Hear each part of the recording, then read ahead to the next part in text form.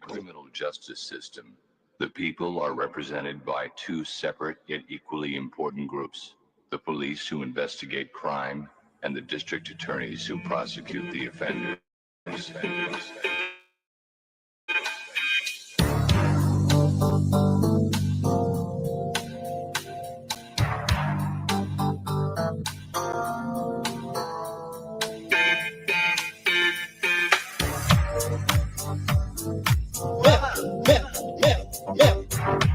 That's assault, man. That's assault, man. Break that up, man.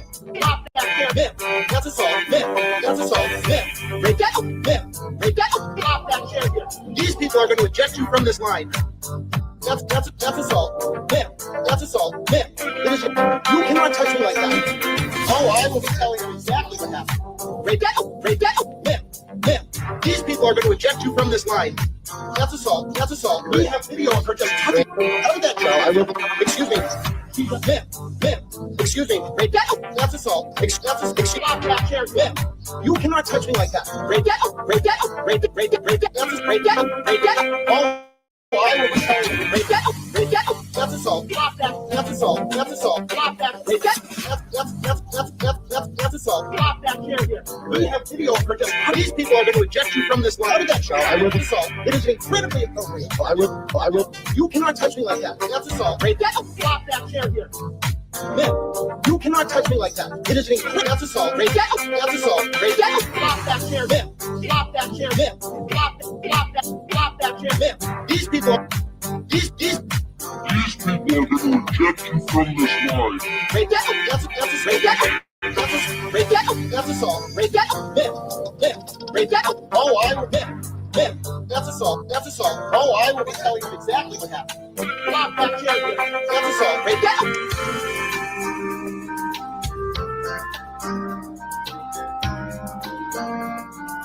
Man, that's assault. Man, break that up. Man, break that up. Drop that chair here. These people are going to eject you from this line. That's assault. Man, that's assault. Man, it is. You cannot touch me like that. Oh, I will be telling you exactly what happened. Break that up. Break that up. Man, these people are going to eject you from this line. We have video of her just touching. Out of that show, I will be. Excuse me. Man. Excuse me. Break that up. That's assault. Excuse that chair. Man, you cannot touch me like that. Break that up. Break that up. Break that. Break that. Oh, I will be telling you. Break that up. Break that. That's assault. That's assault. Drop that chair here. We have video of her. These people are going to eject you from this line. Out of that show, I will be assault. It is incredibly appropriate. I will. You cannot touch me like that. That's assault. Break that up. Drop that chair here. Man, you cannot touch me like that. It is incredible. That's assault. Break that up. That's assault. Break that up. Drop that chair. Man, drop that chair. Man, drop that chair. Man, these people are. These people are going to eject you from this line. Break that up. That's break that up. Break that up. That's assault. Break that up. Man, break that up. Oh, I will. Man, that's assault. That's assault. Oh, I will. That's assault. That's assault. That's assault. That's assault. That's assault. That's assault. That's assault. That's assault. Oh, I will. That's assault. That's assault. That's assault. That's assault. That's assault. That's assault. That's assault. That's assault. That's assault. That's assault. Oh, I will be telling you. That's assault. That's assault. That's assault. That's assault. That's assault. That's assault. That's assault. Oh, I will be telling you exactly what happened. Drop that chair here. That's assault. Break that up. That's assault. That's assault. Oh, I will be telling you. That's assault. That's assault. Oh, I will be telling you. That's assault. That's assault. That's assault. That's assault. That's assault. That's assault. That's assault. That's assault. Oh, I will. That's assault. That's assault. That's assault. That's assault. That's assault. That's assault. That's assault. That's assault. That's assault. That's assault. That's assault. Well, it puts the lotion on his skin, or else it gets the hose again. 1, 2, 3, 4. People soon, save my skin for people soon. Gonna wear it all over town. Gonna dig them up and skin them down and wear my people suit around. People suit is looking mighty sharp. Oh, a portal and he loved the dead, dug up their grave, chopped off their heads, he made them into clothes he could wear. Well, this works of art was awful dark, his dread and evil, awful sharp, he crafted him an outfit debonair. It was a people suit, save my skin for people suit. Gonna wear it all over town. Gonna dig 'em up and sit 'em down and wear my people suit around. People suit is looking mighty sharp. Oh, well, it's designed so divine. Made people curtains, people lines. I'm sure that Martha Stewart would be proud. Well, his needlework go in berserk and holding will taught him a jerk. Go and we'll raise a glass and sing about. We're people suit, save my skin for people suit. Gonna wear it all over town. Gonna dig 'em up and sit 'em down and wear my people suit around. People suit is looking mighty sharp. Oh, they want to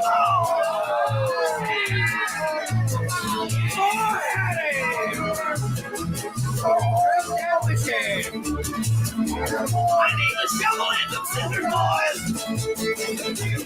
Dig 'em up, get 'em down, skin 'em down, and wear my people suit all over town. Dig 'em up and skin 'em down, and wear my people suit around. People suit is looking mighty sharp.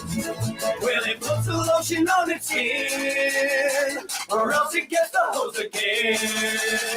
It puts the lotion on its skin, or else it gets the hose again. People suit is looking mighty sharp. People suit is looking mighty sharp. People suit is looking mighty sharp. It is raining a lot outside. And it is raining because it is a dark day. Look, I'm not going to bullshit you. You're my favorite turds. Let's just get to the fucking point. All right, I'm going to spoil it. I'm going to just say it up front because I know a lot of you guys, you don't want to hear all the fucking, here's all my feelings, and here's everyone else's feelings, and here's what we think's going on. Look, I'm going to tell you right now, Karen's shit got denied. All right? Her shit got denied. Stamp. Peace. Nope. Not today, hun. That's what they said. Rude. I say rude. Spoiler alert.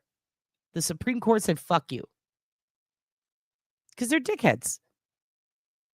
I mean, we could get into the legality of it, but they're dickheads. They're picking over it with a fine-tooth comb. Because what looks bad for those below us looks bad for us. Right? And here's the thing. What are we to do to help Karen? What are we to do? Well, you can keep donating to her fund to help with the legal fees, because by God, I do believe they're appealing the appeal, right? Can they do that? I don't even know. I didn't check. I'm not a lawyer. People are saying they are. It pisses me off. Pisses me off something fierce. Makes me want to beat someone with a bag of dicks, quite frankly. I'm a little upset. I think it's shitty. We can march peacefully en masse, absolutely. Next court up. Keep on going. What do you think's going to happen if Kavanaugh gets involved with his calendars? He's going to want to see every fucking, when did you fart, Karen? When did you fart, Karen? When did you last take a dump? When was the last time you had a beer? How many White Claws did you have? You goddamn well know Kavanaugh's going to want to see everybody's fucking calendars. I want to see Baby Brian's birthday bash guest book on GeoCities. That's what he's going to say. That's what he's going to say. They're just going to keep climbing. And you know what? Good. Because here's the thing. If we're going to embarrass someone, let's do it at the Super Bowl, right? If we're going to embarrass the Commonwealth, let's fucking do it at the Super Bowl. Let's do it at the Supreme Court Bowl. How about that? How about that? I mean, yeah, we're going to go over it. I plan on talking about scams today, but I want to bitch and moan a little bit because I thought that was shitty. We're not all so screwed. We're kind of screwed. We could be so screwed. We'll see. The Supreme Court did issue a very surprising ruling today that was in favor of the Biden administration. I mean, that was interesting. That was shocking. I don't remember on what. It's a dark time. I'm wearing sunglasses indoors. I'm just kidding. Let me take these off. It's actually way too dark. I can't read anything. Can't read any of my notes. It feels hopeless. Well, sometimes they say that in the end, it doesn't really matter. Nope, that's Linkin Park, and that guy died. Either way, it feels hopeless, but you know what? It's not. Because here's the thing. If it were hopeless, Eddie and Jackson wouldn't be like, well, all right, let's keep going. Karen wouldn't be like, well, let's keep going. I mean, it's only hopeless when they all give up. Then it's like, well, goddamn, even they don't care. But they do. So we got to keep going. Got to keep going. It's okay to feel a little hopeless because they said no. But here's the thing. A lot of people, yeah, I'm sure they're pissed off. A lot of people expected this. In fact, I have no doubt that the lawyers expected this because they were given a bit of a hard time by those justices. And if you think I didn't spend all night trying to figure out if Massachusetts Supreme Court Justice Robert A. Brennan is related to Hank Brennan, then you're wrong. Because I did. I found one document that loosely connected them via family, but everybody has the same goddamn name there, so it's probably wrong. I don't know. I'd like to know more. I don't know if that even matters. I mean, can one guy sway everyone on the thing? I mean, how corrupt is fucking Massachusetts? Pretty fucking corrupt. A duffel bag of dildos. A duffel bag. I don't even know what you're talking about, but I've seen a duffel bag full of dildos, unfortunately. Sylvia needs dick. Sylvia's putting her address up and she needs dick. Badly, she says. I'm going to go ahead and ban and delete her comments. Because you're not going to get it here. The demo is 94% women, hun. That is assault on what just happened. You have a sudden urge to wear a smock. I'm doing the Lord's work. I'm just telling you guys like it is. Look, that girl needs dick, okay? There's panties. I don't even know what you're talking about. Whose dicks? Timu mom? Oh my God. You changed your... A handmade dildo is called a fister. Thank you for that. That was apparently a woman looking for dick. I think what's going on there is that might have been someone who was just trolling, or it could be someone who put their full info out so that someone could put that they were doxxed and report this video. But here's the thing. I'll privatize it and cut it out. Suck my dick. End of story. Go looking in the woods, Sylvia. That is great advice from the petty paralegal. It's raining and it's cold here. Would she settle for a fist? I don't know. It's extremely corrupt here. That's why I don't leave Barnstable County. That'll be our next piece of merch. A t-shirt that says, don't leave Barnstable County. That's great advice. Look for duffel bags. The dicks will come. Absolutely. And if you ever need mushrooms, find a guy with a beard and a backpack. Everyone knows this. C. Smith is looking hard. Or hardly looking. We don't know. Sylvia needs a finger blasting. Yes, she does, apparently. And I don't know whose address that was. Probably not Sylvia's. Sylvia's parched, says Gladys. Gladys, I like your sweater. You're right, Sylvia is parched. She's thirsty and she needs to get juiced. And there she goes again. And she's letting us know she's a little overweight. She keeps going. She really needs that dick. I'm cracking up too. Sylvia is great. Glad to have her. Glad to have a bunch of thirsty hoes in the chat. Unfortunately, Satan's gone. Stevie's at school. Our other men, look, Jason is at work. None of these people can help you, hon. You're looking for Aunt Deb's chat. She can help you. Does anyone want to fuck Sylvia? Can someone just tell if someone wants to fuck Sylvia, can you let her know? Carrie, we're trying to get Sylvia a date now. Now, I don't know who the fuck she is, but she's very loose with putting all of her personal information on the internet. She's like a Robert Paul Champagne, but a lady. And that's fun. You liked Auntie's new song? Katie Scary? Yes. Very good. Very good. Petty keeps getting thrown out of chats. Why? Petty's very funny. Petty can talk about dildos all she wants. You're Sylvia? Are you the same one that was trying to get dick? There's another Sylvia in here trying to get dick. You need to talk to her because she's making Sylvia's look bad. Or thirsty at the very least. This Sylvia, apparently, not so much. There's someone levitating behind her in her picture. That's fun. Maybe she's already met Satan. We don't know. Either way, she is very loose, isn't she, Gladys? Someone should tell her. Close your legs or I'll turn the fans off. They hate me because they ain't me, and they hate you because they hate you. It's true. They do. Nagel will take one for the squirrel gang. I like your tiny sweater. Twins. I don't even know what the fuck we're talking about anymore. Simmer down, Sylvs, says Gladys Kravitz. God damn it, Gladys. I love you. They're just jealous because they smell us. That's it. You want to see the panting turtle again? Here we go. This is other Sylvia, not Sylvia Wrath. This is other Sylvia. This is what she's doing in the chat. This is what she's doing in the chat.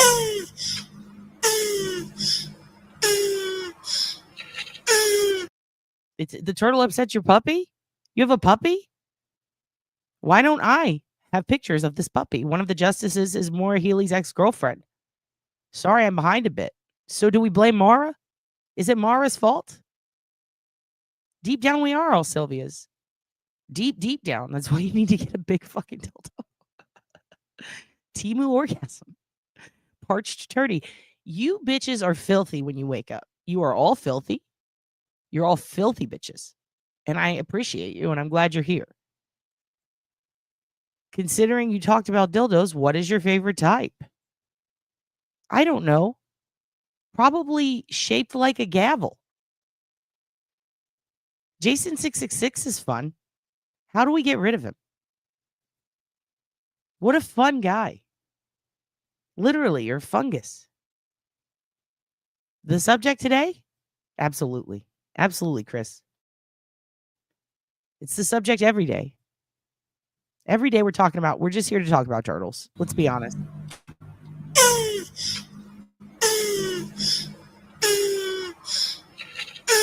This turtle is coming. I'm pretty sure that's what's happening. Legendary Larry. Very happy turtle. Can we send Mara? Sylvia? I don't know. But here's what I do know. Let's get on with the point of today. You know what the subject is today?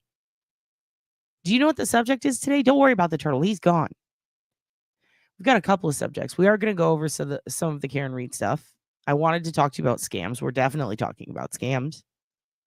But most importantly, do you guys know what this day is? Do you know what happened on this day 24 years ago? A couple of things. Number one, I toured my potential college, my future college. And guess what? It became the university of choice for me the first time I went to school. Okay? Those of you who've been watching this channel from the beginning, I went back to school again for a whole different purpose. But when I originally went there, it's for music, and then I converted to journalism and Western philosophy. What a horrible choice. But what a great school. What a great choice of school and a horrible choice. God damn, Sylvia's thirsty as fuck, dude. And horrible choice of a major, because print journal, it was specifically news writing editorial, which was on its way out. It was being phased out. I should have known. But the day I toured that school, I actually toured it like 3 times. The first time it was a cold day, and some shit was going on down the street. And the house where the shit was going on, which was, in fact, a yard sale, would end up being a house that I would spend a lot of time in later. Because my friends would move into there eventually. It was a party house, I'll be honest with you. We are old. And what happened at that house that day? What made me go, this is my school? That's right, it's the fucking PriceMaster. Today is PriceMaster Day, ladies and gentlemen. And to celebrate PriceMaster Day, on this day, 24 fucking years ago, I saw the PriceMaster in the flesh. And now here he is for you. He's become a viral sensation, a phenomenon. Phenomenon. Dun, dun, dun, dun, dun, phenomenon. Petty Paralegal, a new member. Thank you so much. I will be doing a members only video also later. Possibly today, even. Where I'm going to show you some cool shit. We're going to go over some of the new OSINT cheat sheet links. And I might do an everybody or members only with some of the new voicemails. I think I'm going to have to do everybody because, you know, other people, I mean, maybe someone's not a member and they contributed. I don't want them to be left out. Sylvia, please, by all means, tell us why you need this deep dicking and why you're giving your address out to everyone, hun. You're Roberta Paul Champagne and it's scaring the shit out of me. Don't go away. Just continue. Tell us more. What's going on? I need a secretary. Sylvia might, I mean, have you seen the movie Secretary? She might. Never mind. Love you to death, Ernie. But there's some hoes in this house. And also, it's PriceMaster Day. So you best believe we're going to celebrate. Try it out. Try it out. I mean, she does. Apparently she needs dick that bad. She'll make a couple of accounts to get some dick. And I'm not going to rag on her for that. Maybe she's dry. Maybe she's got dry mouth down south. I don't know what to tell you. I don't know where she's been, what she's been doing, or who she's been doing it with, but it's not enough. Not enough to fill her feel right holes. So she's come on here and she's looking for a mate, a spouse, a partner, someone to just dig her down deep like that Montoya fellow. Montoya, is that his name? On Twitter? Have you been following that? That show on Telemundo, their Temptation Island? My God. Cheeks clapping in the wind. It's insane. I can't believe it's on TV. Maybe that's her. She could be Giardia. In which case, I would have to redirect her to the phone line regardless. Turn on membership gifting. I don't know how to do that. I'll do it later. When do you guys do it? When do you guys figure out how to do it for me? Listen, it's Happy PriceMaster Day, everyone. Happy PriceMaster Day. We hail him. Gladys, holy fuck. Gladys is our new hero and our mother. Gladys says to Sylvia, call Kanye. Holy shit. Holy shit. Happy PriceMaster Day, everyone. Happy PriceMaster Day. Supreme Court of Massachusetts following up the hearing to give parents some shit. Okay? These are lawyers getting out of their cars. Right?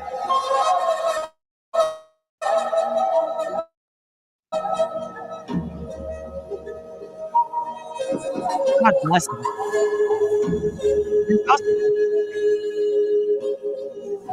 There he is. There's the leader of the Supreme Court. This is the talk we had at the Supreme Court. He's about to tell us how much it's going to cost to free parents.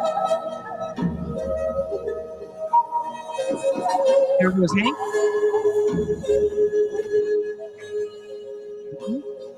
Recording a happy PriceMaster Day, everyone. Trooper Proctor. Thank you for giving 5 memberships. That fucking rules. They were so cool. Did I buy meat at this garage sale? Did I buy meat? No. I was hanging out with my buddy Michigan, and he wanted to buy the meat. I said, don't. We're not buying meat today. As far as I know, I had another friend of ours with Ashley, and I think we had 2 other girls with us that later on became my friends, but I can't remember if it was this time or the second time. But I remember Ashley specifically wanted to buy something from the PriceMaster. We were very scared. We said, don't interrupt the art. Listen to that beautiful sound. one with 2 views. Yeah. 2 views. He doesn't hair like that. Yeah. Don't you dare, Mary Malarkey. This is back when you could smoke cigarettes in strangers' yards. Don't you dare. Sounds beautiful. What would you use Play it for your dogs. They'll love it. Mess around with old watches and stuff. Sometimes you need some more. What does that mean? I mess around with old watches and stuff. What is that supposed to fucking mean? More than regular eyes, Yeah. Damn.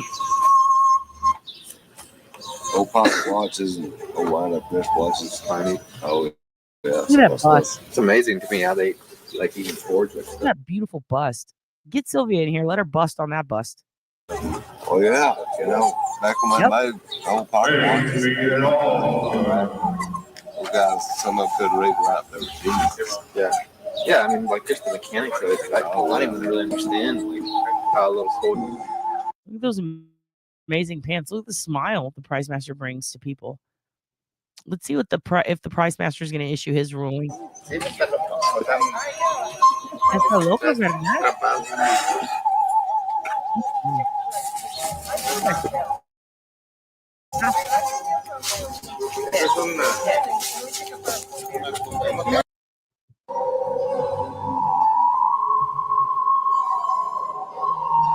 I love it too. Doesn't it sound nice? Pleasant to the ears? Is that a Buick?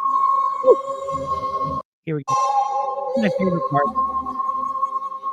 This is a Supreme Court. If you guys, I'm actually the only person who was able to get footage inside of the Massachusetts Supreme Court. So if you're wondering what it looked like this.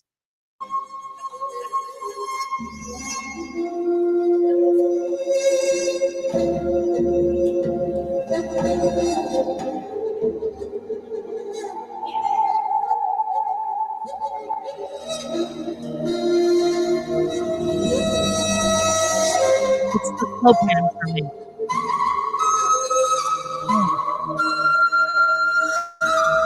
See, it's when he hits the A minor. That's the part. That's the part that really gets me.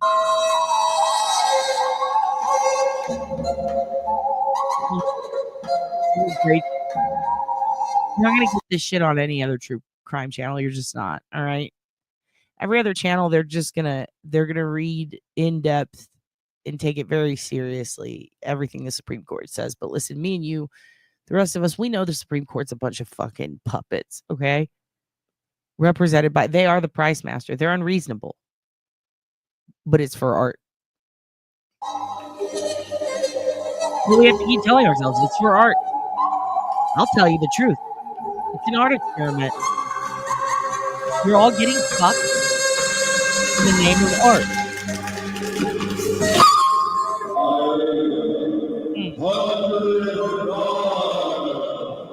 I don't want $500. And this woman went on to become Kelly Clarkson. Would you believe me if I told you that? If so, check your sources. It's not her. I can't believe you believe that. Come on. I haven't done anything with myself. Stop that.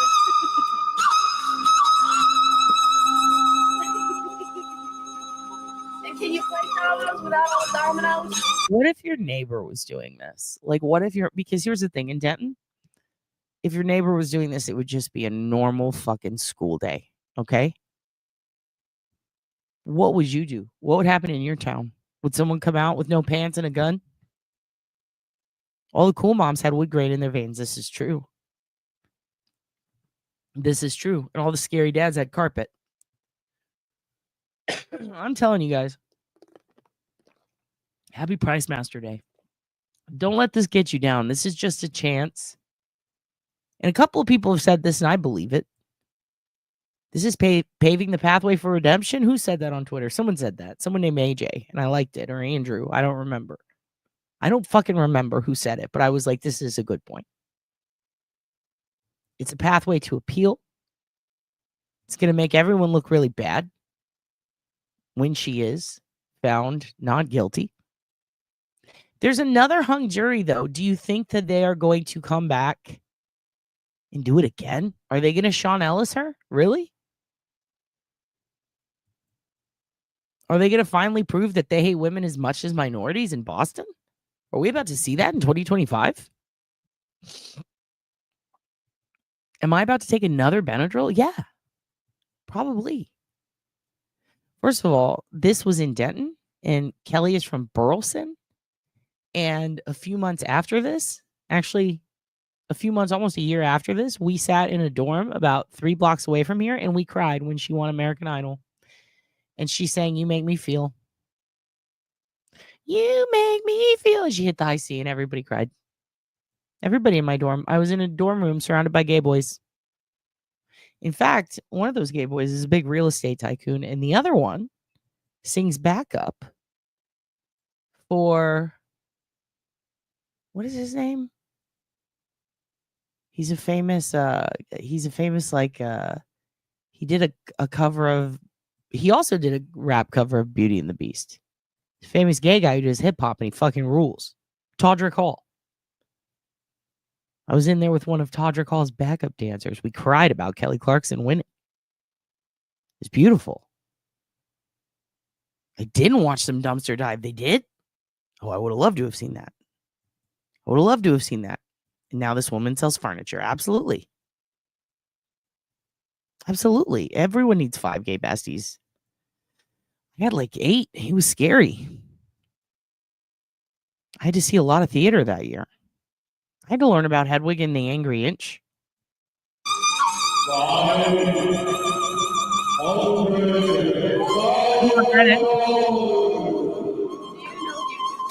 really want to sell stuff, doesn't he? You know what's crazy is the real estate guy. He lives in one of the houses now, I believe that. I think he still lives there. It's where Dean Coral snatched up those kids for the Candy Man.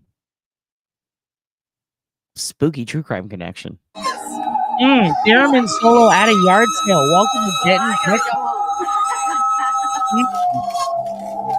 Come on, I need this stuff. You do. You're not really selling it, are you? Live and well. No. All right. He just told us how much it's going to cost to free Karen. Hold on. Go back. How much is it going to cost? How much is it going to Really cost? selling it, are you? No.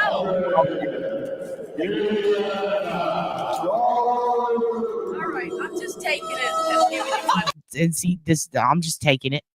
Recorder intensifies. Absolutely. She needs it. She needs it.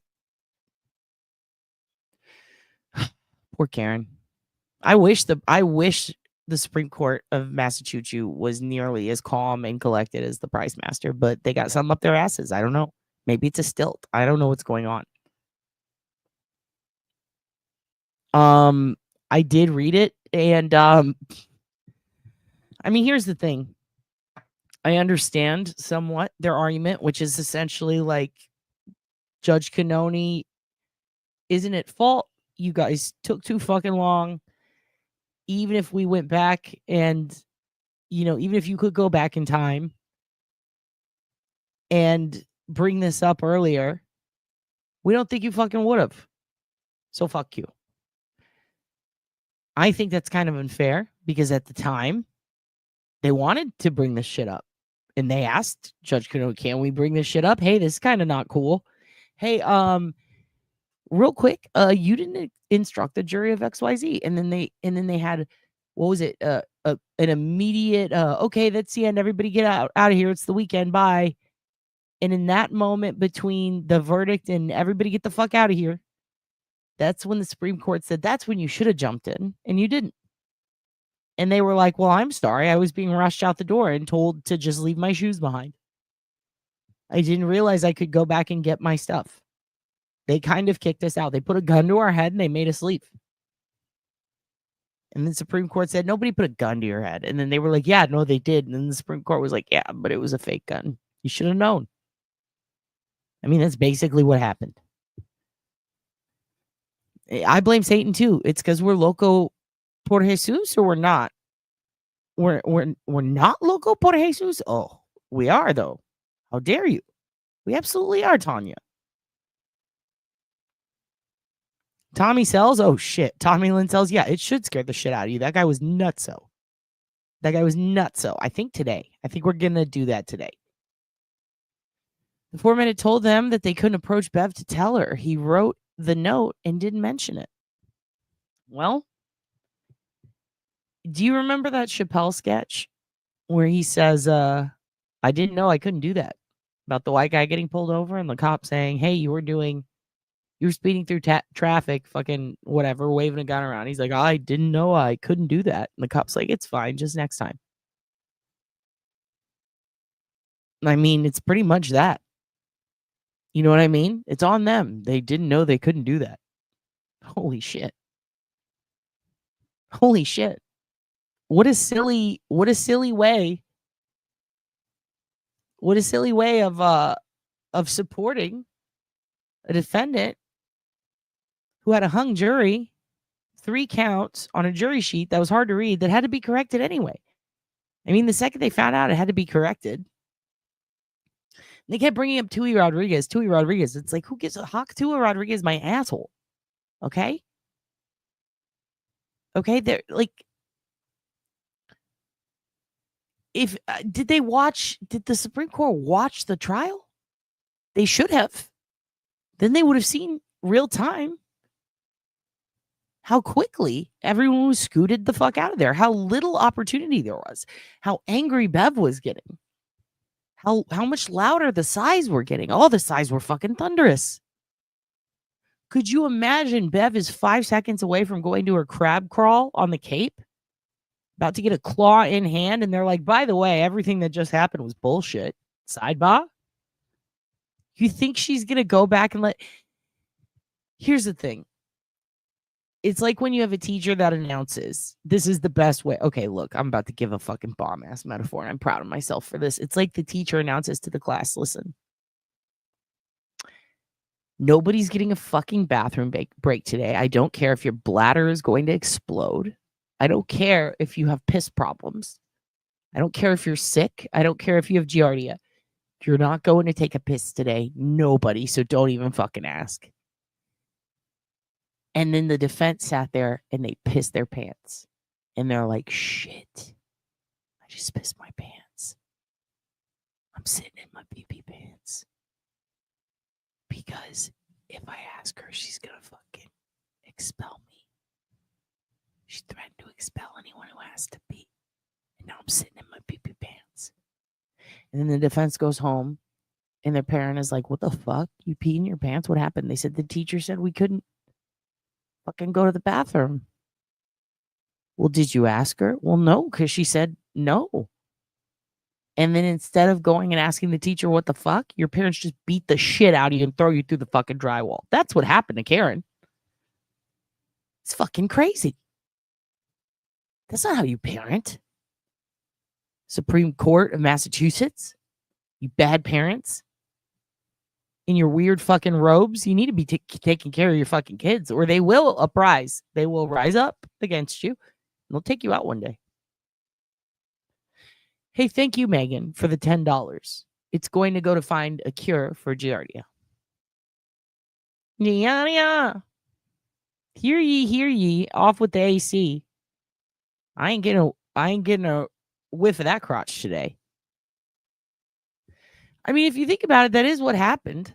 That's what fucking happened. They said, no, bitch, you can't go to the potty, and don't even fucking ask. And then when they didn't fucking ask, the Supreme Court went, well, why didn't you fucking ask? Now you're in your pee-pee pants. Now I have to beat your ass. Rude. So what do they have to do now? Now they got to go to CPS. Now they got to go above their parents. Now Karen's attorneys are like the advocates. They're like, now we got to go to CPS. We got to tell on you for beating our ass. Let's hope they're more understanding. Holy shit. I'm kind of surprised, but I'm kind of not. Because, again, lots of familiar last names in the Supreme Court. Just in general. Like, if you go look up all the judges, like, goddamn, everyone there is related. It's so much like Texas. It's fucking wild. Oppressive. Fucked up. Bunch of people are kind of racist. Fucking. The cops are real mean. There's a whole bunch of corruption. They hate women. They're mean to minorities. God damn, dude. Are you all the Texas of the Northeast? What is going on here? What is going on here? It's fucked up. Anyway, it's PriceMaster Day. Here's what we're going to do. I have some more to tell you. and then we're going to get into the scam stuff, and then we'll do the Karen Reed stuff. We'll do that last, okay? Because it's just making me pissed. But spoiler alert, they shot her ass down. They said, nope, nope. And I said, damn. But the things that you need to know about today, aside from that, is it's PriceMaster Day. So you're not allowed to be sad.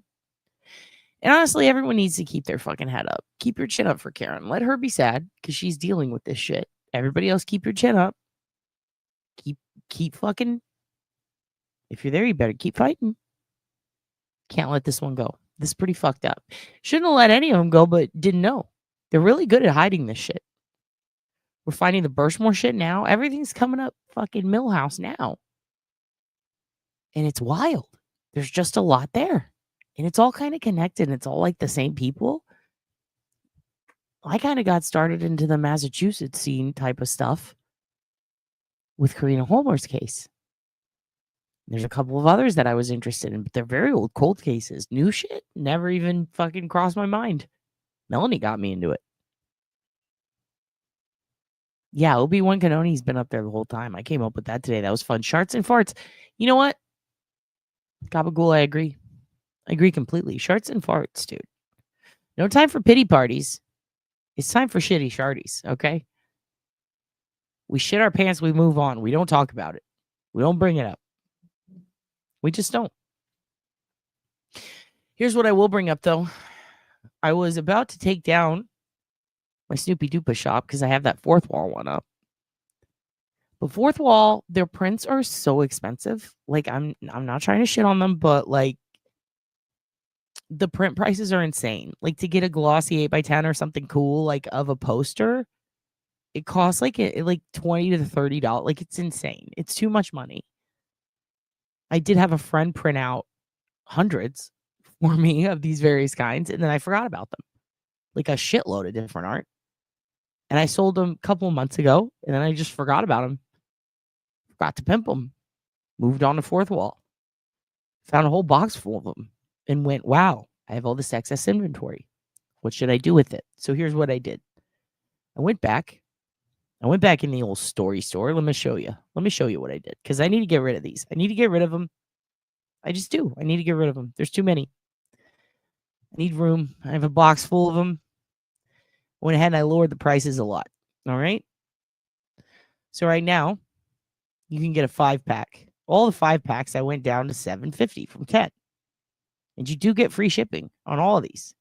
All right. The 16-pack took $5 off that bad boy. All right. The rest, these are all $7.50. And then we got this one, a 10-pack, $15. $15. But guess what? I'm going to include a super secret extra print of something very funny.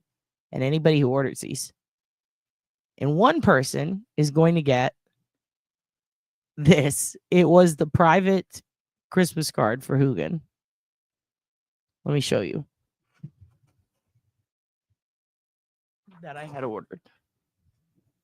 That was sent out to friends and family. But it's an 8x10. Come on. Come on. Oh, God damn it. Well, you can kind of see it. The screen's really fucking me. There we go. Can you see that? I think you can see it. One person will get that. I'm just literally going to do that prize wheel thing. It's a bold Hoog. It's Merry Christmas from the Hoogs. I will have him put his paw print on it for you. Look at that face. How do I think you could see it. Fuck this. Why is it doing this? Anyway, it's a glossy 8x10 of the Hugin from Christmas. Merry Christmas from the Hoogs. It was our Christmas card. Okay. And then we have all the 5-packs for 7. Oops, I brought that down. Somebody was standing outside my door. I don't know who that was. Hold on one second. Okay. Yeah, it's a stunning bold Hugin. So all these prints are going to be free shipping and $2.50 off the 5-packs. And what else did I change? Oh, yeah. And then $5 off this one, the 16-pack, and $5 off. Wait. No, the 10-pack. Sorry, it's $15, $5 off for the 10-pack, and then $5 off for the 16-pack. And on that one, you get everything. And then I'm going to throw in an extra either Daniel's murder map or you're going to get the super secret one. Okay. Which is very funny. And this includes some of these, like there's Gay Jeff's basement on some of them.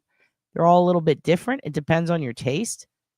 For example, this one you get and I don't know why it doesn't show the whole fucking thing on the preview, but you can get the Fuck You. You can get the Ain't Got No Quit album cover. By the way, it is a long one. Hold on one second. Hi.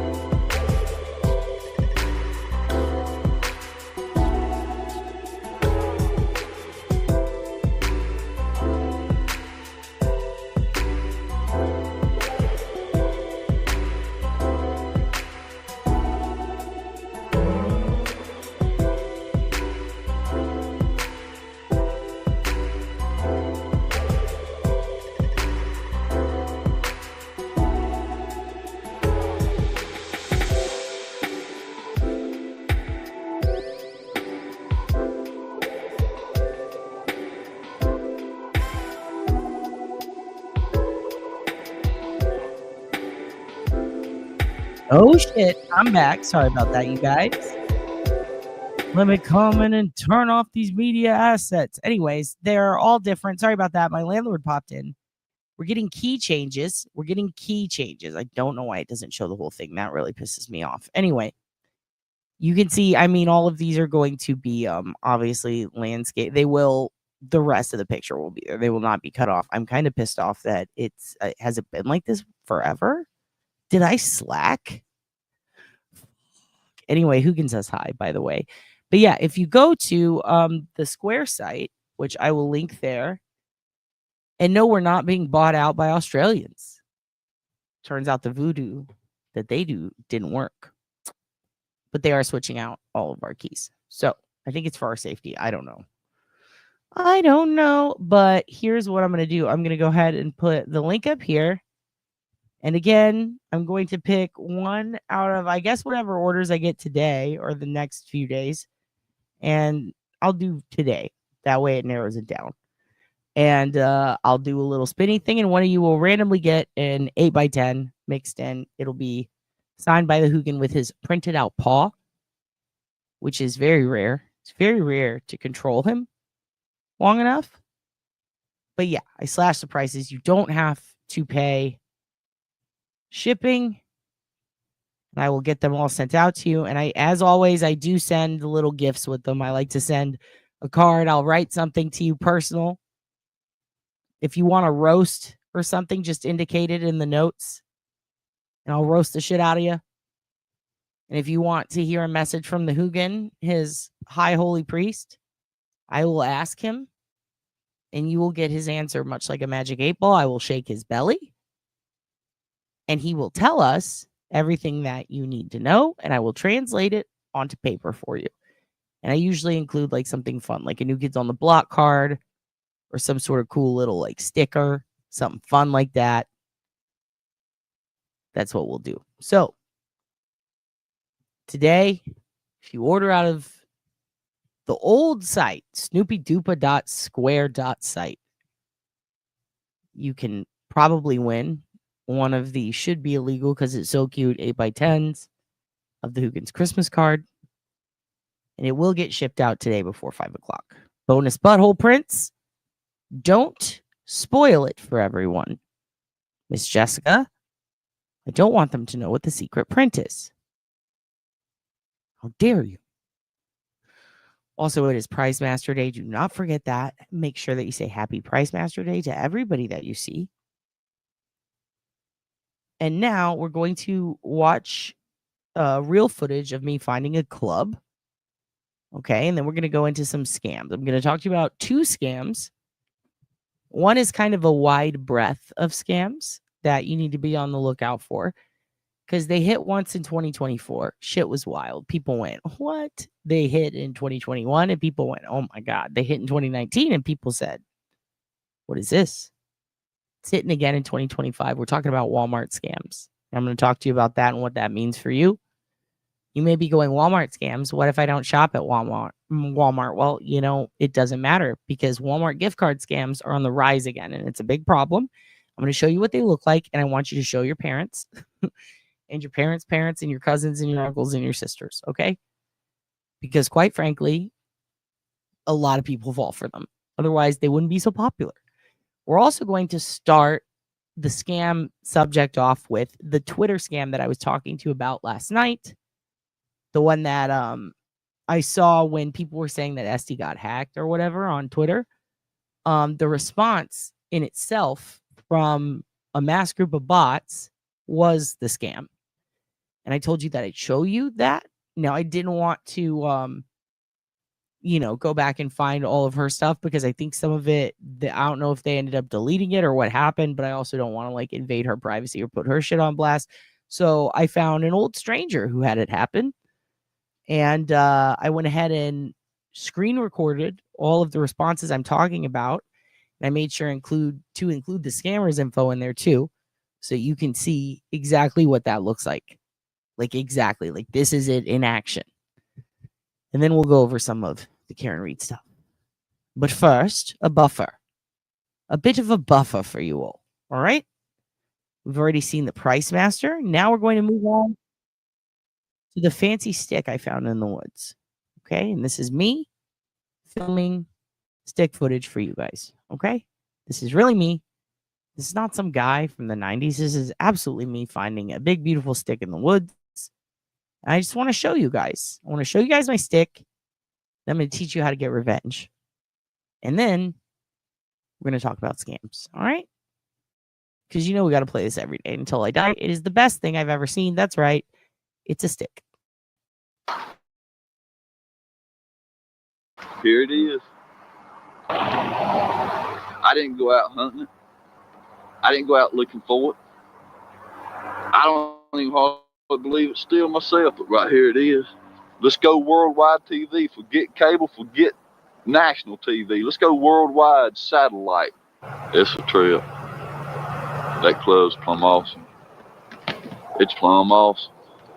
It's plumb awesome. Something about that club. Something about that old bat. This thing is just simply amazing. The thing is simply awesome. But this thing is just simply amazing. It is simply awesome. This thing is for real. I'm telling you. It's simply amazing. It is plumb simply awesome. It's simply, I can't get over that handle. It is plumb simply awesome. You know? Plumb simply awesome. I look forward to hearing. That is not plumb awesome. What happened with Cousin Mike's goose feather jacket that Francis and everyone tried to get together. I need to talk to her and find out more on that. Apparently it was a scam. Fucking Poshmark, dude. The good thing about eBay is they have a protection clause. I believe Poshmark does too, so they should refund it, but it takes forever. And trust me, as a seller on eBay, it is a problem. I've gotten scammed by people buying my shit and then returning fake shit, and it pisses me off. Hearing from you. Look forward to interviewing you. I can't wait to amaze your eyes. I'm serious.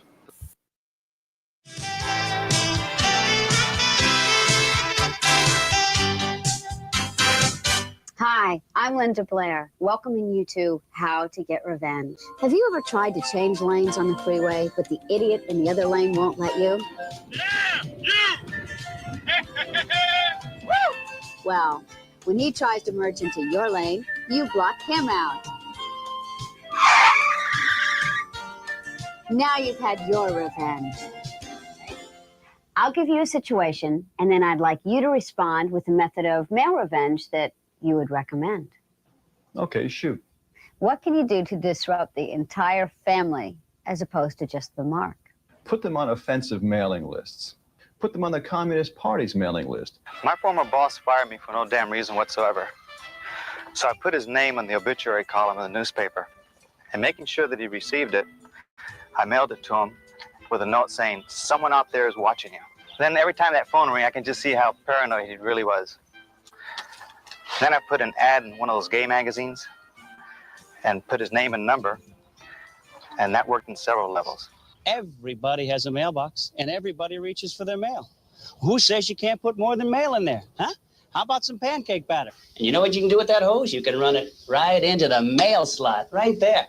You turn it on, you split the scene, Captain Happy comes home, and he can paddle his way to the telephone. If he has a pool, and you can get access to it without anybody seeing you, whew, what a gallon of cooking oil wouldn't do for that pool.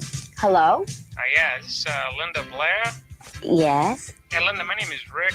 Listen, I was driving down the street past your house a few minutes ago, and I saw some smoke coming from your house. Oh my gosh! Oh, well, thank you for calling. Ladies and gentlemen, I'm sorry, I have to go. I hope you had fun. Bye!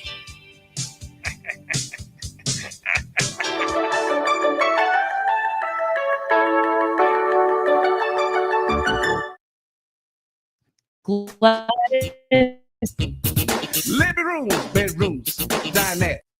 I don't know who you are, but you're fucking funny. Goose tariffs, bitch. Goose tariffs. Starring that. Keeping you. Unfortunately, you're in a cult. Fortunately for us, it's you. God damn it, Gladys, never change.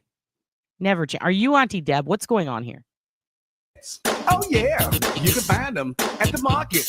We talking about flea market. Montgomery, it's just like a mini mall. Oh yeah, come shop with us. I said flea market. Montgomery, it's just like a mini mall. Hey, you heard me. Come shop.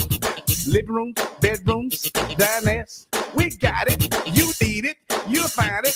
It's just like a mini mall. Hey, you heard me. Come shop. I said flea market. Montgomery. It's just like a mini mall. Hey, living rooms, bedrooms, dinettes. Oh yeah, you can find them at the market. We talking about flea market. Montgomery. It's just like a mini mall. Hey, don't stop. Let's make it a dance. Come on now, to the left, to the right. Let's do this dance. Hey, to the left, to the right. Let's make this a dance. Flea market, Montgomery. It keeps you jumping. It's just like a mini mall. Check it out now, everybody. Like this now. Hey, flea market, Montgomery. It's just like a mini mall. Don't stop. Let's dance. Flea market, Montgomery. It's just like. Also, Tiff, how is Big Boy? Did you get results? Are things going to be okay? If you're not comfortable talking about it, we don't have to. But also, much love to Big Boy. Amen. Also, what the fuck? Where's Christina? Why? Did someone accidentally block her? Did she come in under her name? Because I didn't block her ass. I love Christina. She ain't never been blocked.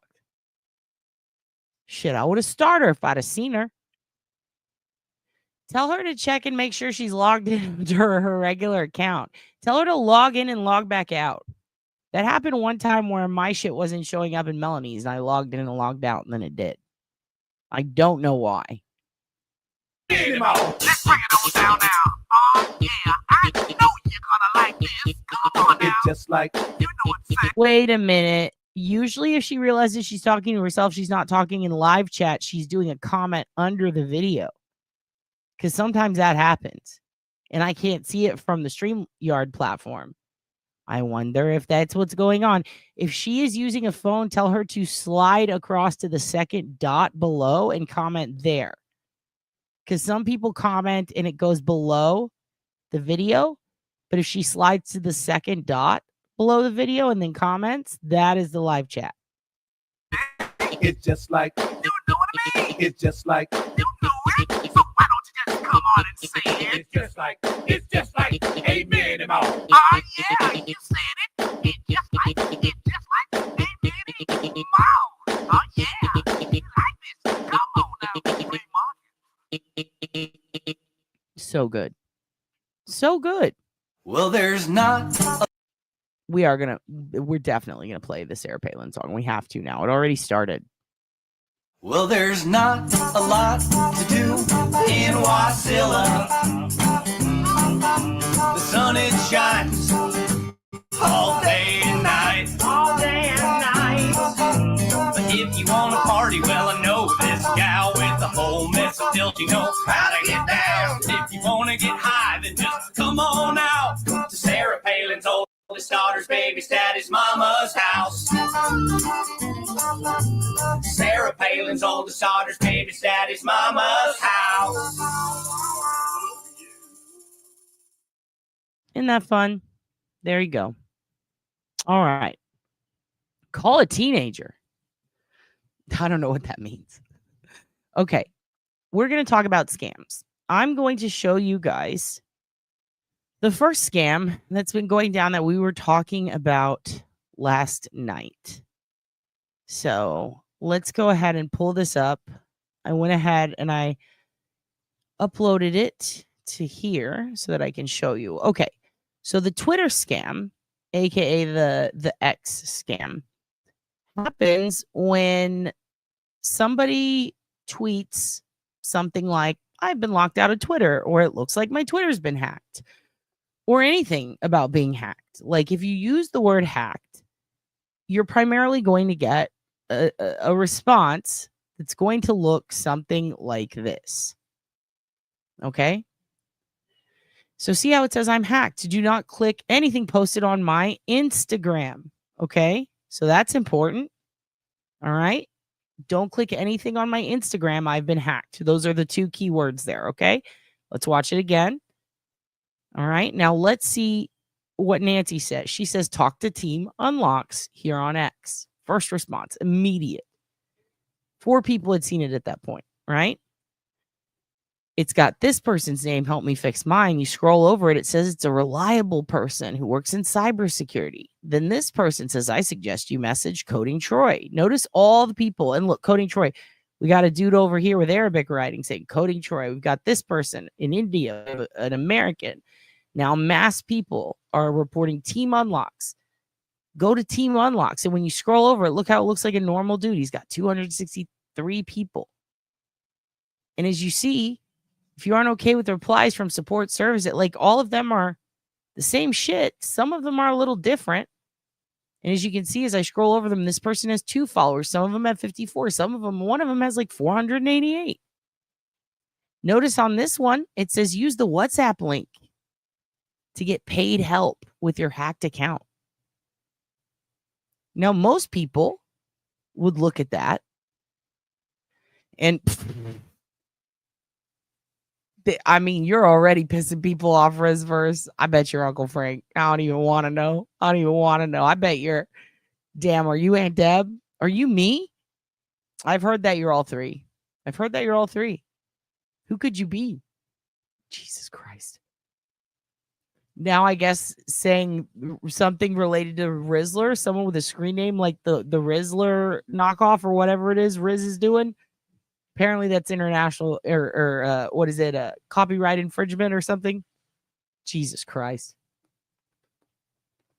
So ridiculous. So ridiculous how people get worked up over nothing. Oh, the picture. Intellectual property. That's Quinn from fucking, like, straight up, it's Daria.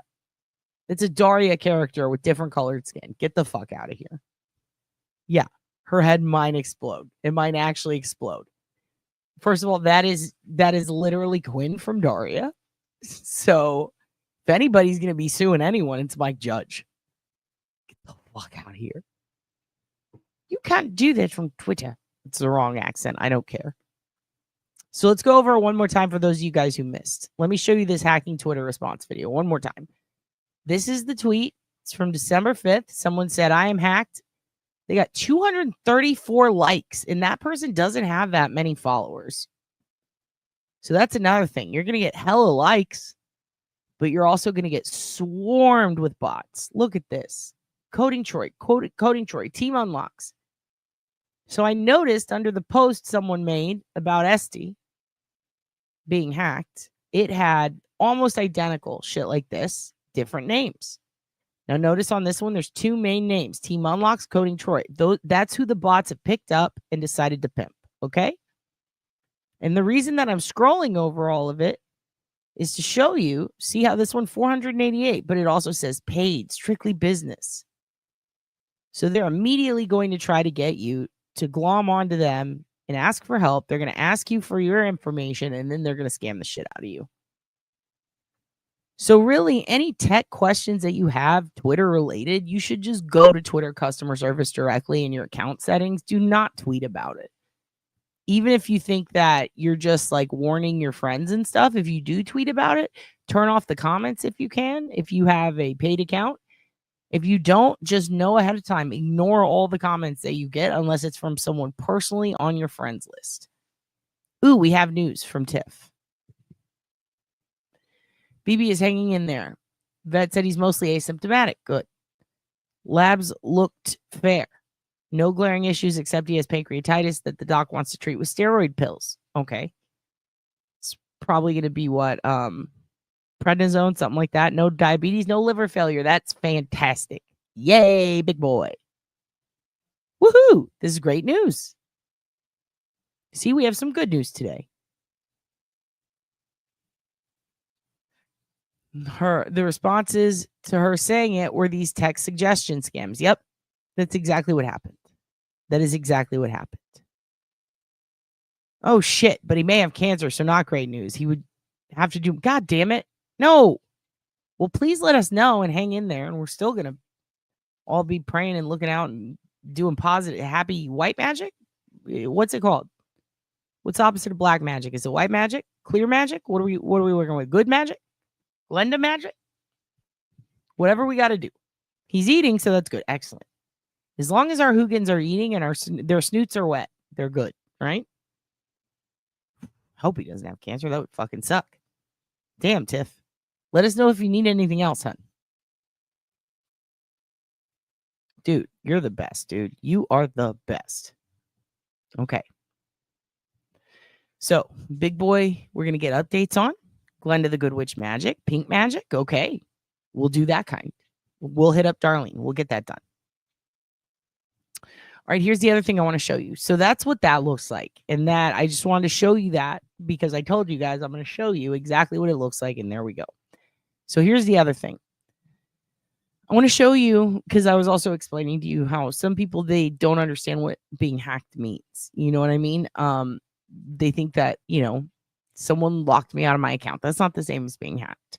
Someone phished my password. Technically, yeah, that could be considered being hacked in like a more hands-on way. Absolutely. But if you want to know like what actual hacking and stuff like that looks like, somebody did put out a tweet where they're kind of making fun of smart devices and how they log things. There was an old hack on, I believe it was AT&T a long time ago. And the way that it happened was in the URL box for each account, it would be numbered. So at the very end of the URL, you would have a long URL that's functional. But then if you put slash and let's say you put like exit bin or, homepage or edit or something, you could just any word that at one point in time was a part of an old URL that came down, they popped it up there and they used a numeric system that AT&T had been using to log its inventory. And what happened was the person who did it incidentally discovered that there were a lot of open web pages that were vulnerable, as in they identified specific accounts, and AT&T forgot to take them down. Some people will go to an index page and try this, but one of the ways that they discovered this is they simply changed a digit. So if they had a URL and the last digit was 5, and that was the only thing available to them because that was their account URL, they changed it to a 4. Well, will I get someone else's? Well, by God, you did. And at that point, they scraped it and they leaked it, and it became one of the biggest hacks ever. And it was a big fucking deal. And these are the kind of vulnerabilities that we talk about when we discuss hacking. Now, if you look at all this gibbery babble, right, next to these networks, you're going to see a pattern in the numbers. You're going to see the beginning of this IP. And you're going to see a little pattern. You're going to see 2, 5, 7, 11, 14, 15, 16, 17, 21. This is essentially very similar to what happened, but it's an ESSID for how a specific mobile app or smart device catalogs things, much like, and that's just the simplest way to say it, much like what happened with AT&T. So hacks are not going to look normal. They're not going to necessarily look like somebody just finding out your password and taking over your account, although some would define it as that. That just happens to be luck, or maybe you had an account breach and somebody took advantage of public data and just guessed your password right, or used one that you used to use that you haven't changed in a long time.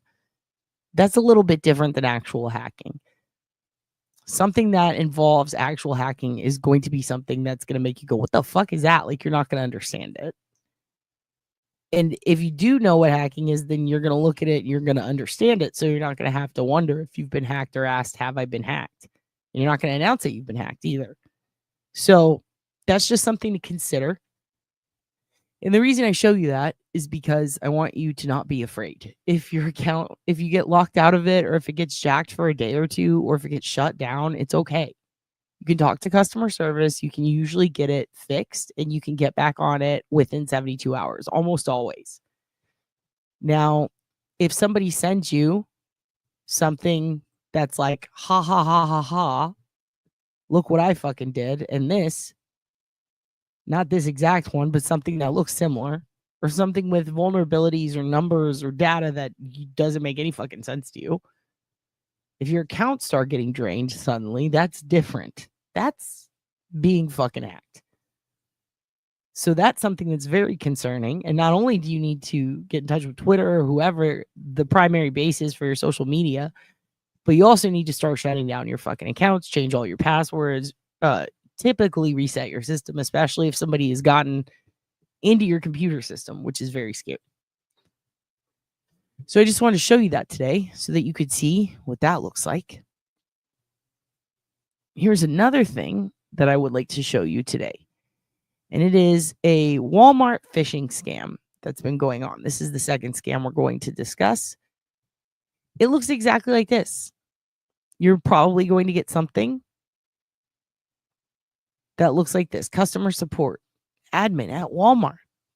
Now, you'll notice right away something very obvious. And I'm curious if anybody sees what it is. What is it in this picture? Just type it in the comments. That right away tells you this is a scam, this email. And we will just wait. We will just wait, and we will see if anybody comes up with it. Gmail. I mean, keep going. You're heading in the right direction. Whoa, that was lightning. Yeah, that's real loud, real close. Fuck. Ooh, I don't know if you guys heard that. Boom. There you go. Walmart is misspelled. Because, see, they're sending it to you. That's your Gmail. Your John Doe at Gmail. So Walmart is spelt wrong. So somebody obviously bought the WALLmart.com domain, and they're using it to fish scam people. So Walmart should be spelled with one L. Right away, definitely something that is a problem, okay? So you are right, Angela. Ding, ding, ding. You get a gold star. Dear Walmart Plus member, we're reaching out because we encountered an issue with the payment method on file for your Walmart Plus subscription. First of all, Walmart Plus subscription. Do you have one? Ask yourself that right away. If you bought something from Walmart and you're not paying a monthly amount to keep it, don't just assume you accidentally bought a subscription to something. Actually check and see if you have. To keep your benefit. Also, what are your benefits? Do I have benefits? If so, go look at the last email they sent you for that subscription and compare it to this one. That would be the first thing that you want to do. All right? To keep your benefits active and avoid any disruption, please update your payment information at your earliest convenience. Here's another thing I want to tell you guys very, very clearly, okay? Anytime you need to update your payment information, it is never, almost never, let's say 99% of the time, going to give you a link to do so. It's going to say, please log into your account. It's not going to give you a link, okay? In this case, there is a link. I would avoid that. I would absolutely avoid that. I would not click it, okay? I would send it on its way. It's kind of like how the IRS is never going to contact you through a phone call to tell you, hey, you need to give us your social security number over the phone. It's just not going to happen, okay?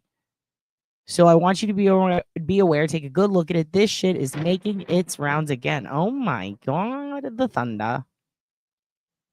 The thunder. Are you scared, Hoogan? He's a little freaked out.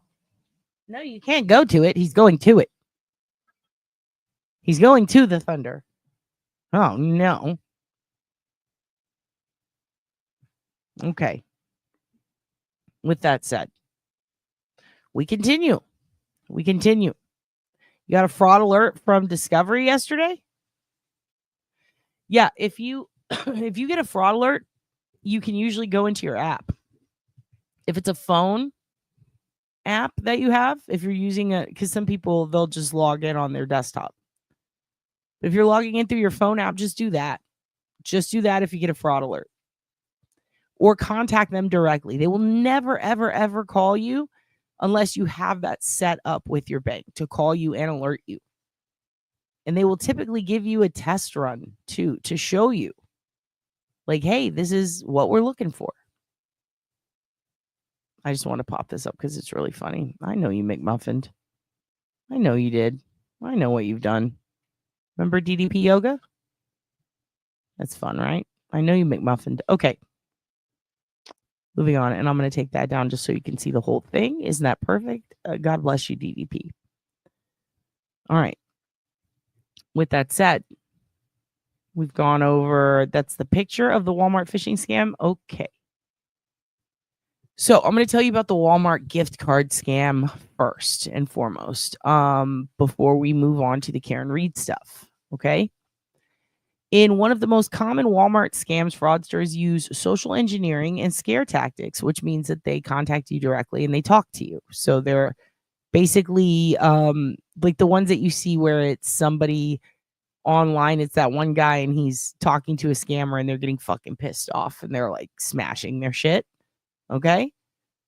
That in particular is a great example of social engineering and how that is incorporated in these gift card scams, okay?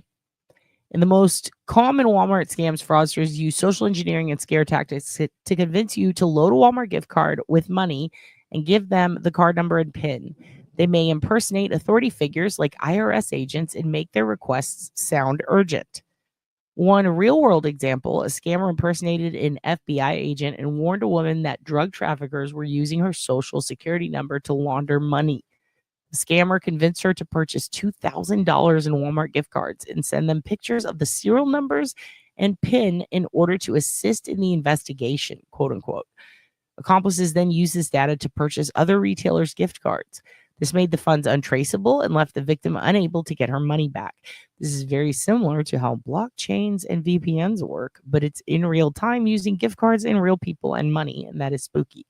While Walmart leverages video surveillance and other methods to combat fraud, which has helped it successfully freeze more than $4 million in illicitly obtained gift cards, many victims never recover the funds they use.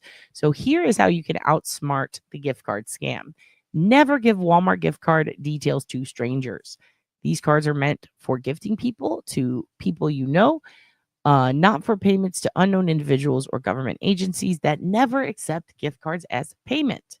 Very important. Very important. Why are we talking about this today? Because it's estimated that something like 75% of gift card scams that are going on in 2025 are now Walmart, according to ProPublica. And that is important. And I've actually seen them. I've gotten them, and it's crazy.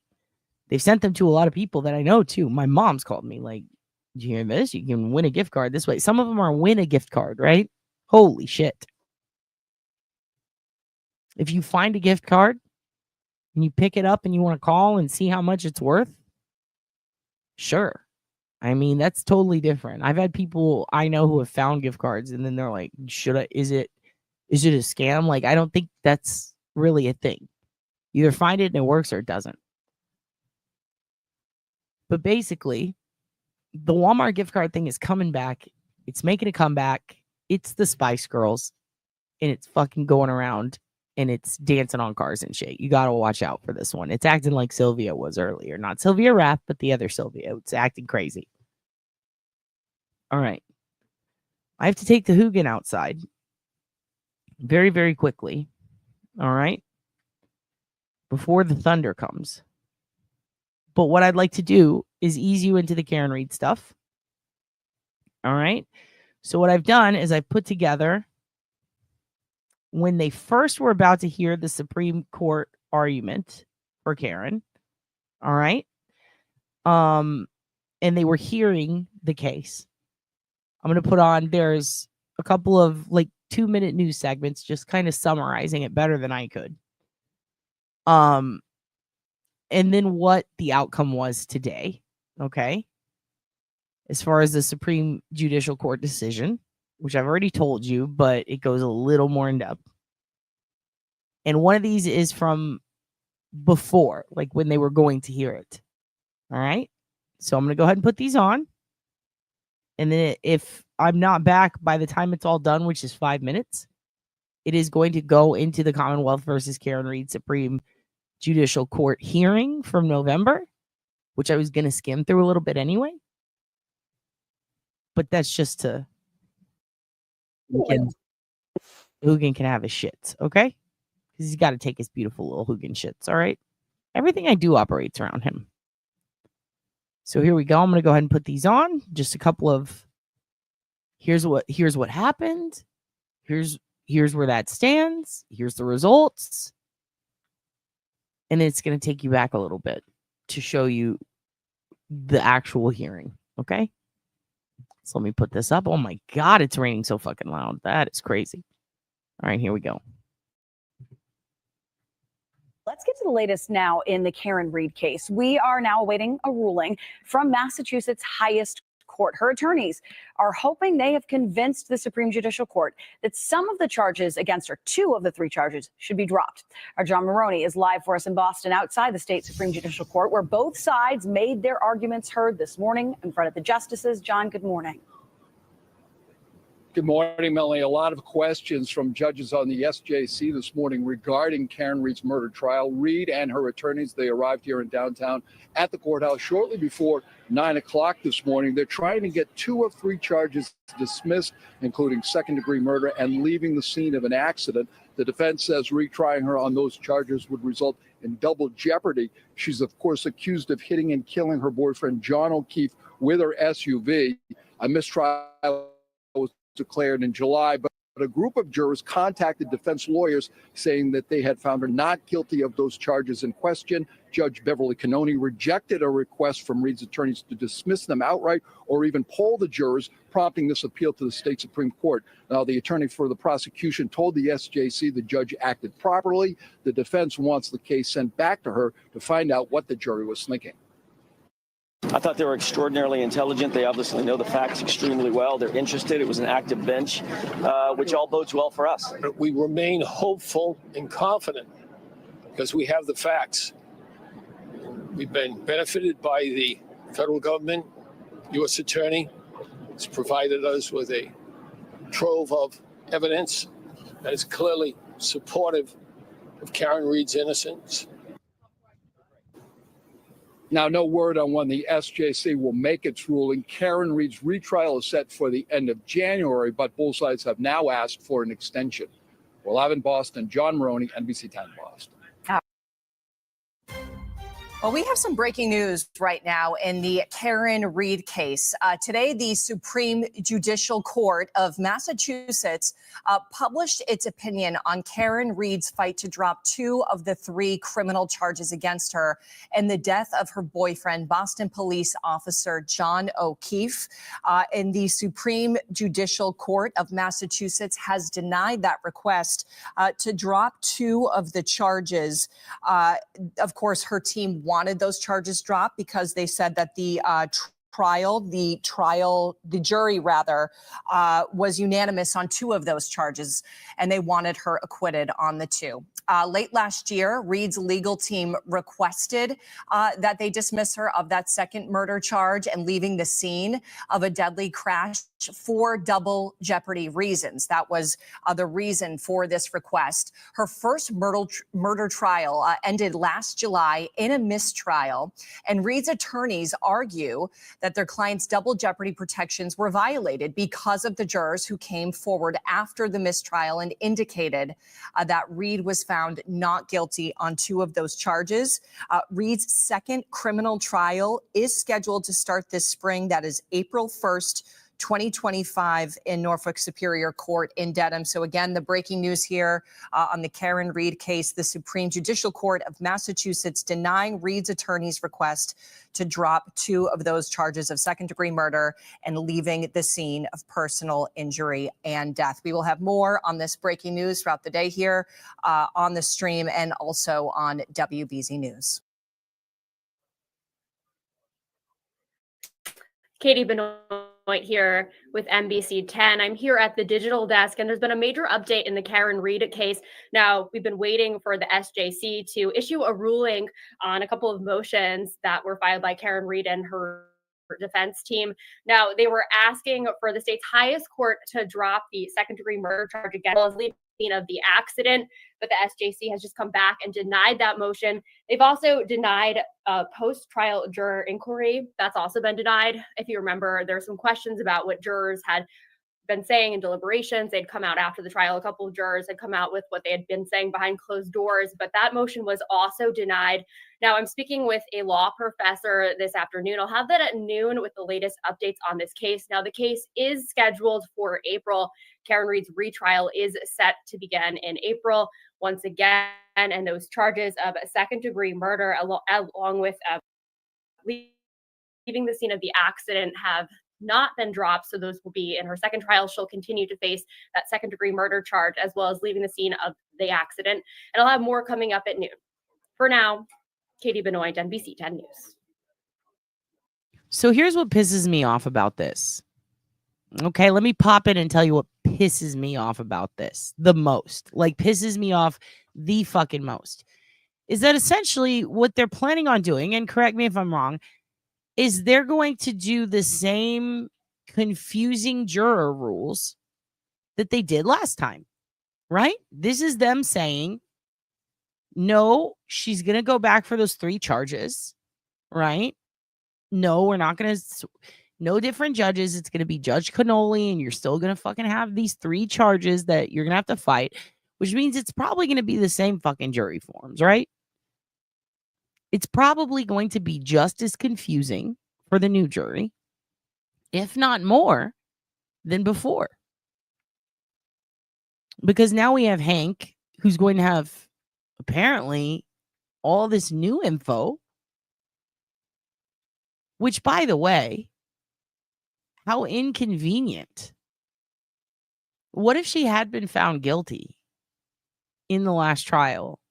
Would this Sallyport footage, this new evidence that Hank suddenly finds, would it have just been ignored? Like, that's really scary to think about, especially if it is exculpatory. I mean, what if she would have spent 1 to 5 years in prison before they get around to it? The fact that that could have been a possibility should scare the shit out of people. That scares me more than anything, honestly. Out of everything we've heard, it's kind of like how DNA for my case came back after the statute was up. And some of it they're still waiting on. Imagine that you're someone who got assaulted. Imagine you're somebody who is, you were raped and the DNA is still not back. And then that person leaves the country. They flee. They go to Mexico. They go to Canada. And then the DNA comes back. Wouldn't you be pissed? Now flip it. What if you went to prison, right?